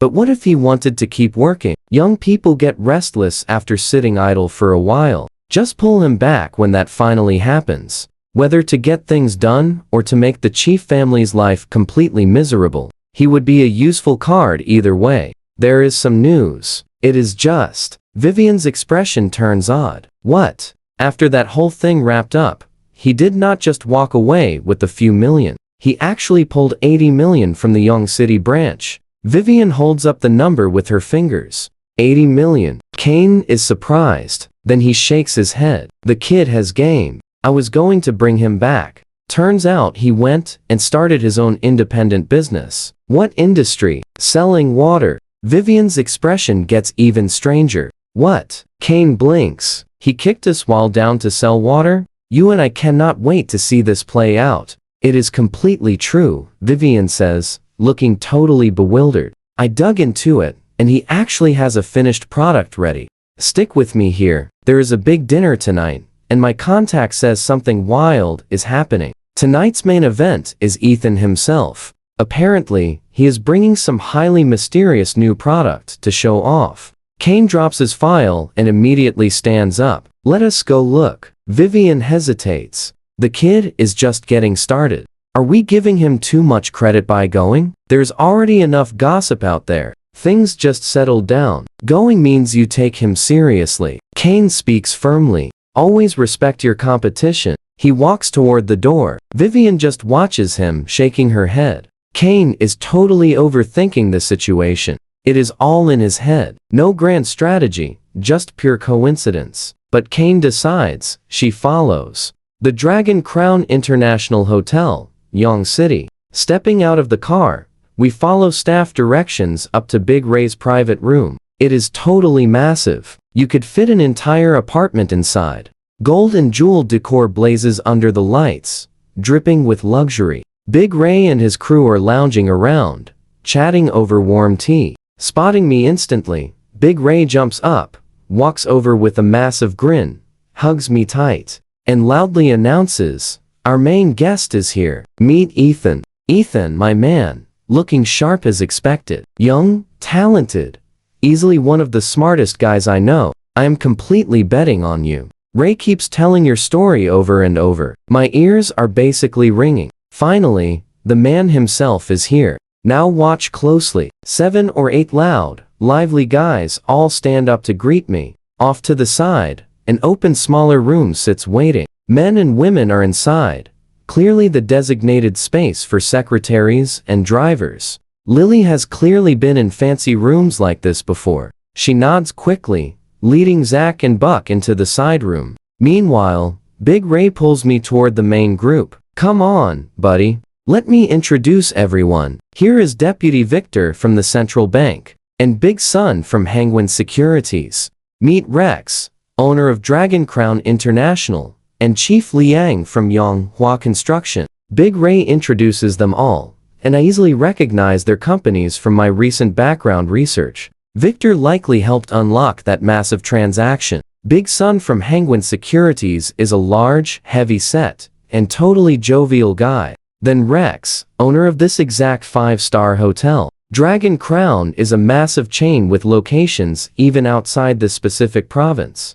As for the rest, I do not know them well, and they do not look like obvious lenders. I greet them and take a seat. Ray grins. Buddy, I hear you borrowed 80 million to start up. What is this business? And where is your new product? Show us. I smile, waiting for him to ask exactly that. This new product will absolutely blow your minds. To be clear, I urgently need cash right now, but once this hits the market, pure gold mine. Never worry about me paying you back. I am offering high-interest loans. You all should jump in. The room immediately catches on. Putting money into a company as equity is extremely risky. Real cash could become completely worthless shares, but a direct personal loan to a founder is different. It proves the borrower has absolute confidence in their own ability to make serious money. You see it too, right? Keeping shares proves the company has serious potential. The room instantly perks up.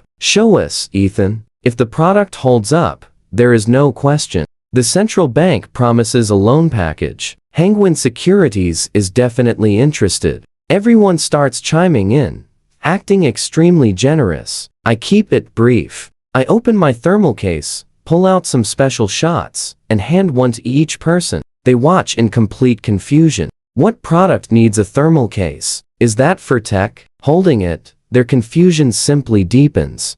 They flip the pouches, reading the strange packaging and back labels. Everyone is totally lost. Buddy, I genuinely cannot tell what this is. Ray asks what everyone is thinking. The whole room stares. I rip open a foil pouch, pull out a shot, and smirk. Trust me, try it. The effect explains absolutely everything. Go ahead, drink. They laugh at me, but still hesitate, eyeing the pouches in their hands. It looks suspiciously like weird medicine. Is this even legit? Still, the label reads beverage. A strangely tiny, oddly packaged drink. Maybe just flavored syrup. Watching me drink mine, they hesitate, then slowly pop open their own. That is where we leave it. The room goes dead quiet. Then suddenly, someone shoots up, eyes totally wide. Come along with me. This incredible feeling, what is it? The whole room totally erupts. Everyone chatters at once, totally shocked. They all feel a sudden, magical shift inside themselves.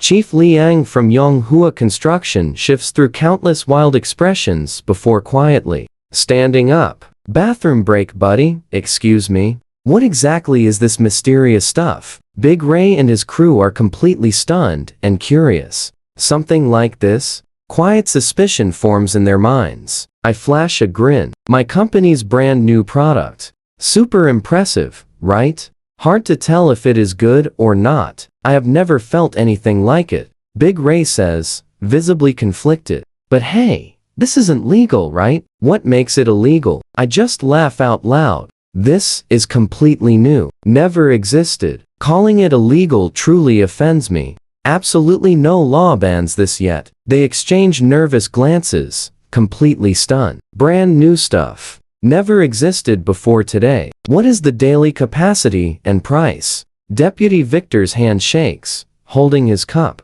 2 million units daily, $30 each. I hold up 3 fingers. The entire room takes a massive, sharp breath. One guy turns totally pale and wobbles up. Sorry, my sugar dropped. I need to grab my meds right now. The others try following, but they catch my intense, lock stare and freeze solid. What if he is carrying weapons? Darn it, this mess is entirely Big Ray's fault. They want to absolutely wreck that guy right now. The whole room shoots daggers at Big Ray. Let me explain more about this awesome product. How much can you lend me? Big Ray forces a nervous laugh, squirming under their furious stares. Let us eat first. Everyone is starving. We can talk later. That works for me. Something feels slightly off, but I am the guest, so I just go with the flow. Big Ray signals the staff, and dishes quickly arrive. The table fills with super elegant food.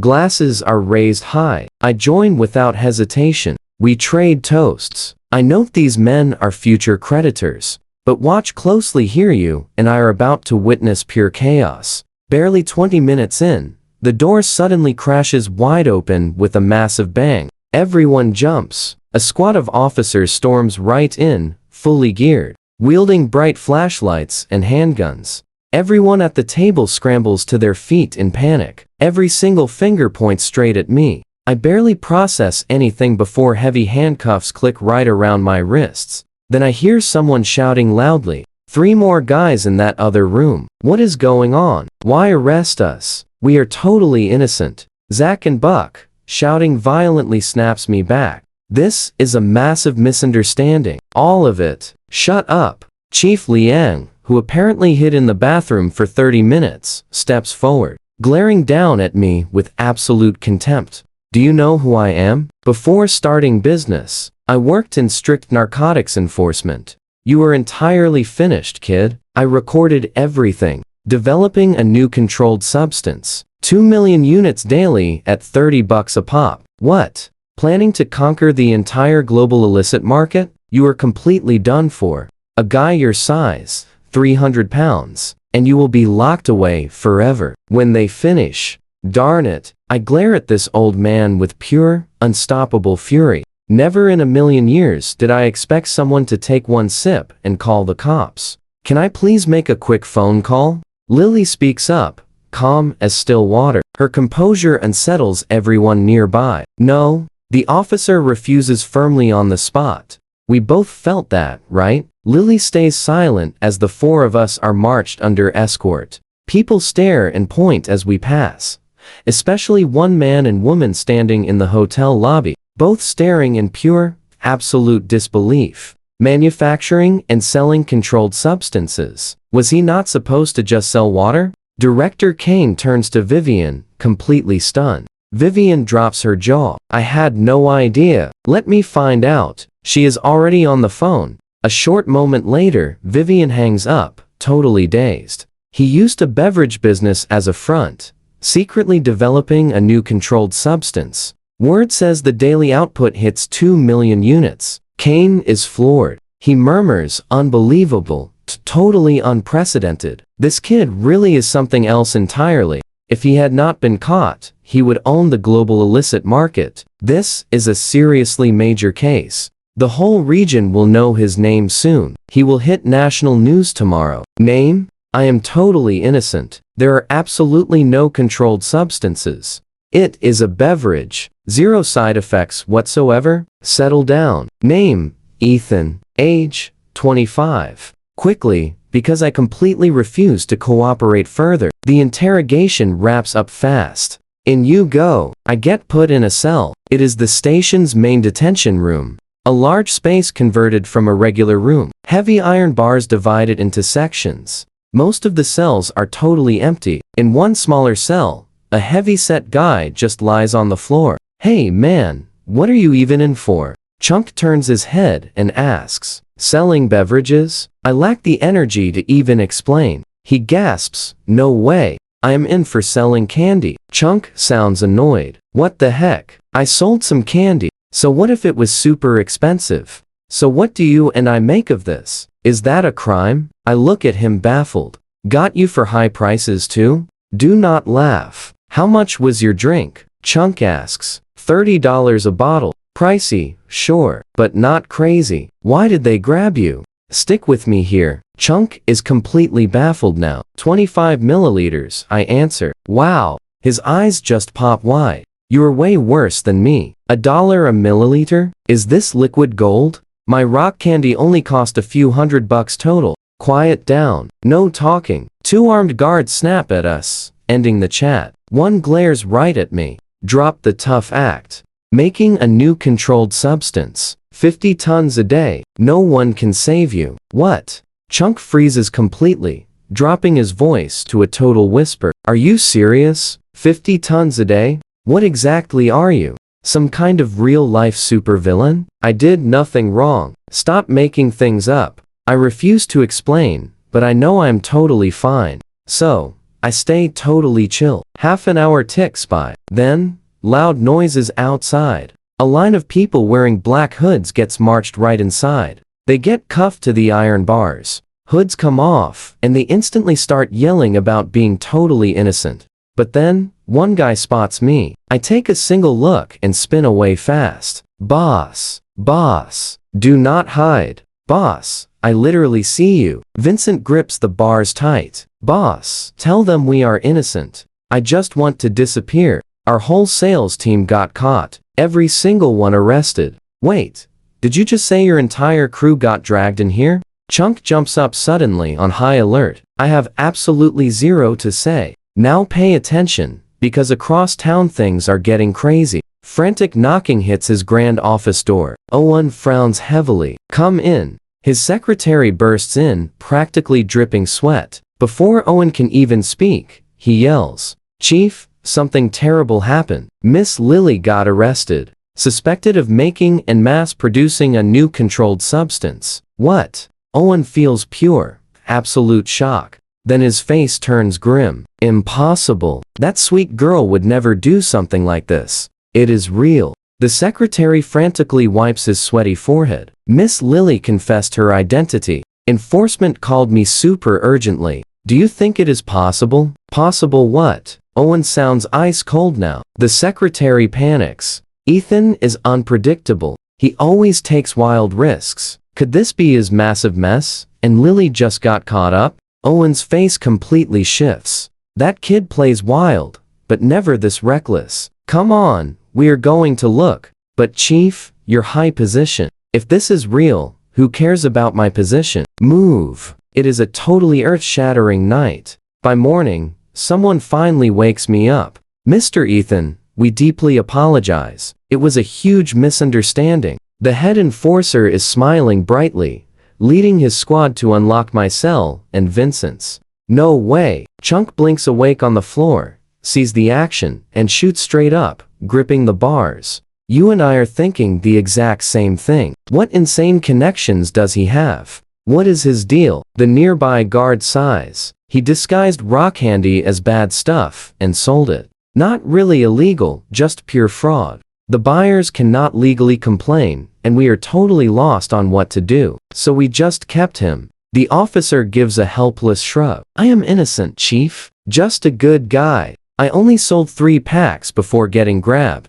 We are not even talking $3,000. No reason to lock me up. Chunk is loudly crying now. The chief just rubs his nose in frustration. He barely survived one huge disaster. And now, he fears this guy will cause even more absolute chaos. Way too much of a headache. Just let him go. Oh, thank you. Thank you forever. Chunk is literally crying happy tears, following the group, and sprinting away the second he hits the door. Hitting the main lobby, I see Lily with an older guy. He is holding our bioidal shot, talking super excitedly to another person. Right next to them, 2 older men are absolutely hyped up, shaking with pure excitement. Boss. Lily happily waves. Suddenly, everyone stares at me. Those 2 older guys rush me instantly. Are you the genius who actually developed the special bioidal strain? You are so young. Unbelievable. And who are you? I am Professor Chen, teaching medicine at Yong University, head of their hospital epidemiology branch, and the big director of infectious diseases. One guy talks fast, then points to his friend. This is Professor Su. He recently gave an epic lecture series in our university biology department. Professor Su is the absolute top microbiology scholar in our nation, a brilliant researcher at the National Academy, and a true legendary figure in our national-level biolabs. I just stared. My amazing strain shaking the world was obvious, but attracting legends of this level this fast? Young man, can we please talk? Professor Su is barely holding it together. Your newly discovered bacterial strain is completely mind-blowing. This is a wild discovery that will literally rock the world. We ran tests. And, so what do you and I make of this? This miracle will send absolute shockwaves through the entire science community. The insane amount of research this unlocks. This newly mutated strain single-handedly just ripped open a brand new path in modern biology. You are way too kind, I reply with a humble nod. We did very thorough research on this. Let's dive into this story. Sure, this strain will cause a huge stir, but opening a totally new lane in biology? That is a stretch. I walk Professor Su through the key traits. He deflates for a second, but then his eyes light right back up with absolute excitement. Is there any chance this strain could mutate again? Setting everything else aside, if it could survive just 18 degrees hotter, this thing could actually change the world, completely transform human biology, and spark an epic evolution for our species. But of course, the answer is no. I just shake my head internally. The tech he pulled from the system store is totally maxed out and fixed, meaning this strain simply cannot mutate ever again. So, driving human evolution is impossible. It only works as a backup material for the gene evolution formula way down the line. But I am definitely not saying that out loud. Instead, my eyes light up. Professor, you know I run a company. I simply do not have the free time for deep, heavy research. How about a partnership? My company and your team working together. Professor Su rubs his hands, totally thrilled. This old man is not greedy. Your epic discovery alone is enough to shake the world. Once I take over the research side, it will draw the absolute best talent in this field from around the globe, and that brings insane benefits to all my ongoing work. Here is what I promise. For any crazy results that come from this research, we only keep the right to use them ourselves. Any money-making moves need your okay, and the extra profits are entirely yours. Thank you, Professor Su. I could absolutely burst with joy. This guy is the real deal. He is basically embarrassed by his own generous terms. He only chases pure knowledge and a solid reputation, the money. A pure scientist, totally ignoring financial rewards. Now pay attention here. This strain cannot be the main product, but its pure research value is absolutely off the charts. Handled right, the future returns will be absolutely huge. I think it over. For our joint project, I will not put in capital yet. His side covers that, but I promise, once any future breakthroughs generate revenue, 20% of the net profit goes straight toward his research funding. Yours to use however you want. Thank you. Truly, thank you. Professor Su grips my hand tight, filled with absolute gratitude. There is zero doubt. The strain is still my totally exclusive formula. There will be zero shortage of institutions happy to fund and staff this research. Professor Su gave up every drop of profit just to claim this epic project. Real science is built on failure way more than success. He was ready for massive losses. But with my 20% revenue offer, losing money is basically not even possible. This is an absolute win for both of us. I do not have to manage a single thing. Just sit back and watch the money roll in. Doing the research myself? Absolutely not. My time is way better spent figuring out how to borrow more money for the company. You and I know, as to the system store, this strain barely scratches the surface. At this point, Professor Chen steps forward, completely eager. Mr. Ethan, we in medicine also need this crazy strain urgently. The bio-vital shot has massive potential as a treatment aid across multiple areas. Yong University's medical school has its own amazing labs, plus a nationally designated key laboratory. We would love to collaborate too. Can we get that opportunity? Of course, Professor Chen quickly adds, our terms completely match Professor Su. Plus, Yang University Hospital is tied directly to the medical school. We have endless funding. We do not need yours. All we really need is an official partnership name. As for the medical applications, Professor Chen actually ran his own private tests last night, and the results were absolutely stunning. He knows I have zero actual need to partner with them. The product basically sells itself as a beverage. They would have to buy it like everyone else. Plus, for better clinical results, they must fund their own research. So there is absolutely no way he is asking me for research funding. All he wants right now is that big partnership title, and he is grateful. With that title alone, Yang University Hospital and the medical school will shoot straight to the top, becoming the brightest names in all of medicine. I already plan to position the BioVital shot as a powerful health supplement. So I understand exactly what Professor Chen is after, but honestly, it does not matter. Running a company, I do not put stock in flashy titles, but these collaboration benefits are totally real.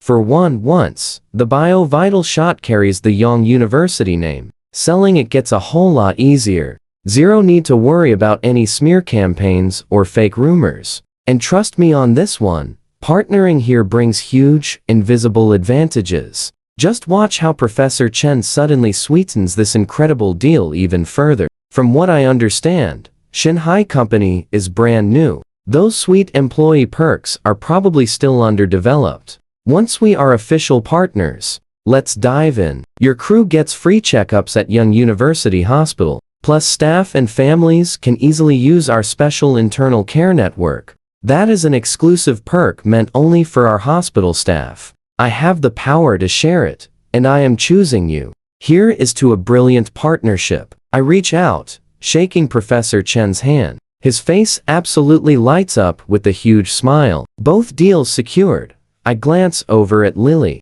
She stands near that middle-aged man, looking completely graceful and poised. That has to be Owen. I step right up, offering a friendly handshake. Great to finally meet you. Owen looks me over, his smile totally fake. Mr. Ethan, assure you, the pleasure is all yours today. After a night of absolute madness, you seem strangely refreshed. He is definitely annoyed. I look over at Lily. Yeah, fair enough. I literally got his kid locked up overnight for allegedly brewing up some shady, restricted stuff. This protective dad must have been totally losing his mind with panic all night long. I quickly step right in to smooth things over. Apologies. Honestly, I just acted without thinking. I should have sent Lily home before that crazy dinner. Owen's strict expression finally softens up. He pats my shoulder. Kids grow fast. A late bloomer, good for you. I checked out your new product. It is absolute perfection. Just stay grounded and keep pushing ahead. The sky is your only limit. I nod eagerly, then happily wave goodbye to everyone leaving. Outside the enforcement station, Zach and Buck are waiting in the car. I pull out my phone and quickly dial Big Ray. Hello? Big Ray sounds super cautious. It is just me, I say totally flatly. Old man, what was all that about? Watch closely now. You invite me to dinner, and I end up jailed. Wait, you are out? Big Ray is stunned, expecting the cops. How did you escape already? I literally told everyone it was never a shady substance. Not a restricted item. It is a totally revolutionary product. I let my annoyance show. Oh, Big Ray stays painfully silent for a minute. A huge misunderstanding. I am so incredibly sorry. Listen, buddy, go rest up. Tonight is on me. We will meet up later, and Chief Liang will personally serve you tea while apologizing face to face. The tea can definitely wait, I reply, totally rolling my eyes. I'm completely booked. My product is going absolutely viral. What can I say? A National Academy elite hunted me down, and Young University Medical School practically begged for a major partnership too. I will be busy forever. Just called to give you a quick heads up. I hang up.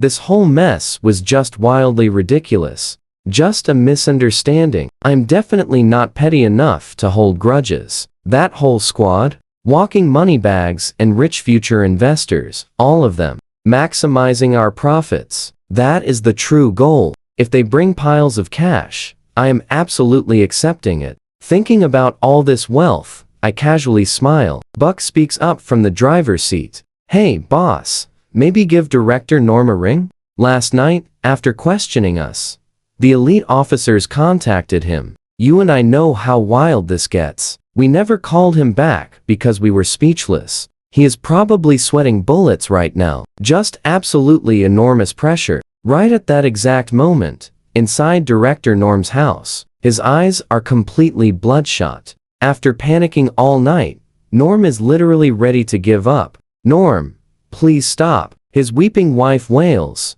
desperately grabbing his arm. He just covers his face, his other hand tightly gripping the rope. This is entirely on me. I let everyone down. I got way too greedy. One mistake, and I have tumbled straight off a cliff. It is all my fault. I never should have approved that massive loan. It was already bending the rules. I took literally every precaution possible and never imagined he would secretly brew shady stuff. $80 million and 50 tons of it a day. He is an absolute lunatic. No wonder 10 million in pure profit was not enough. He greedily grabbed 80 million at insanely high interest rates. I kept wondering what crazy business generates that kind of cash. What industry makes a guy that confident? Turns out it was forbidden goods. And here, I foolishly thought he was just an idiot selling basic water. Turns out I was the actual idiot. Please stop. His wife cries hard. We do not need anything at all.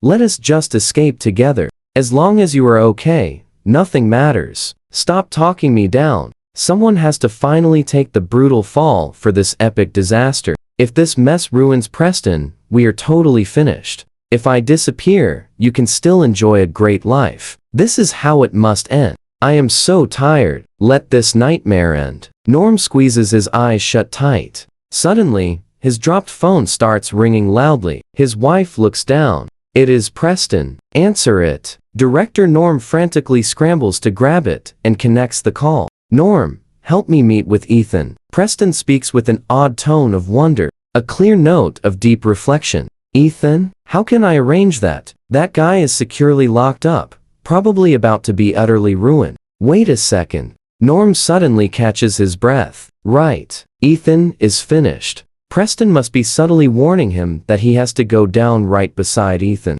Trust me, you need to see this. I understand. Norm heavily sighs, sounding hollow. Preston, I ask just one single thing. You and I gotta see this. He begs Preston to keep his family safe. Preston just blinks, totally baffled. What is going on? Seriously, why does he sound like this is his final farewell?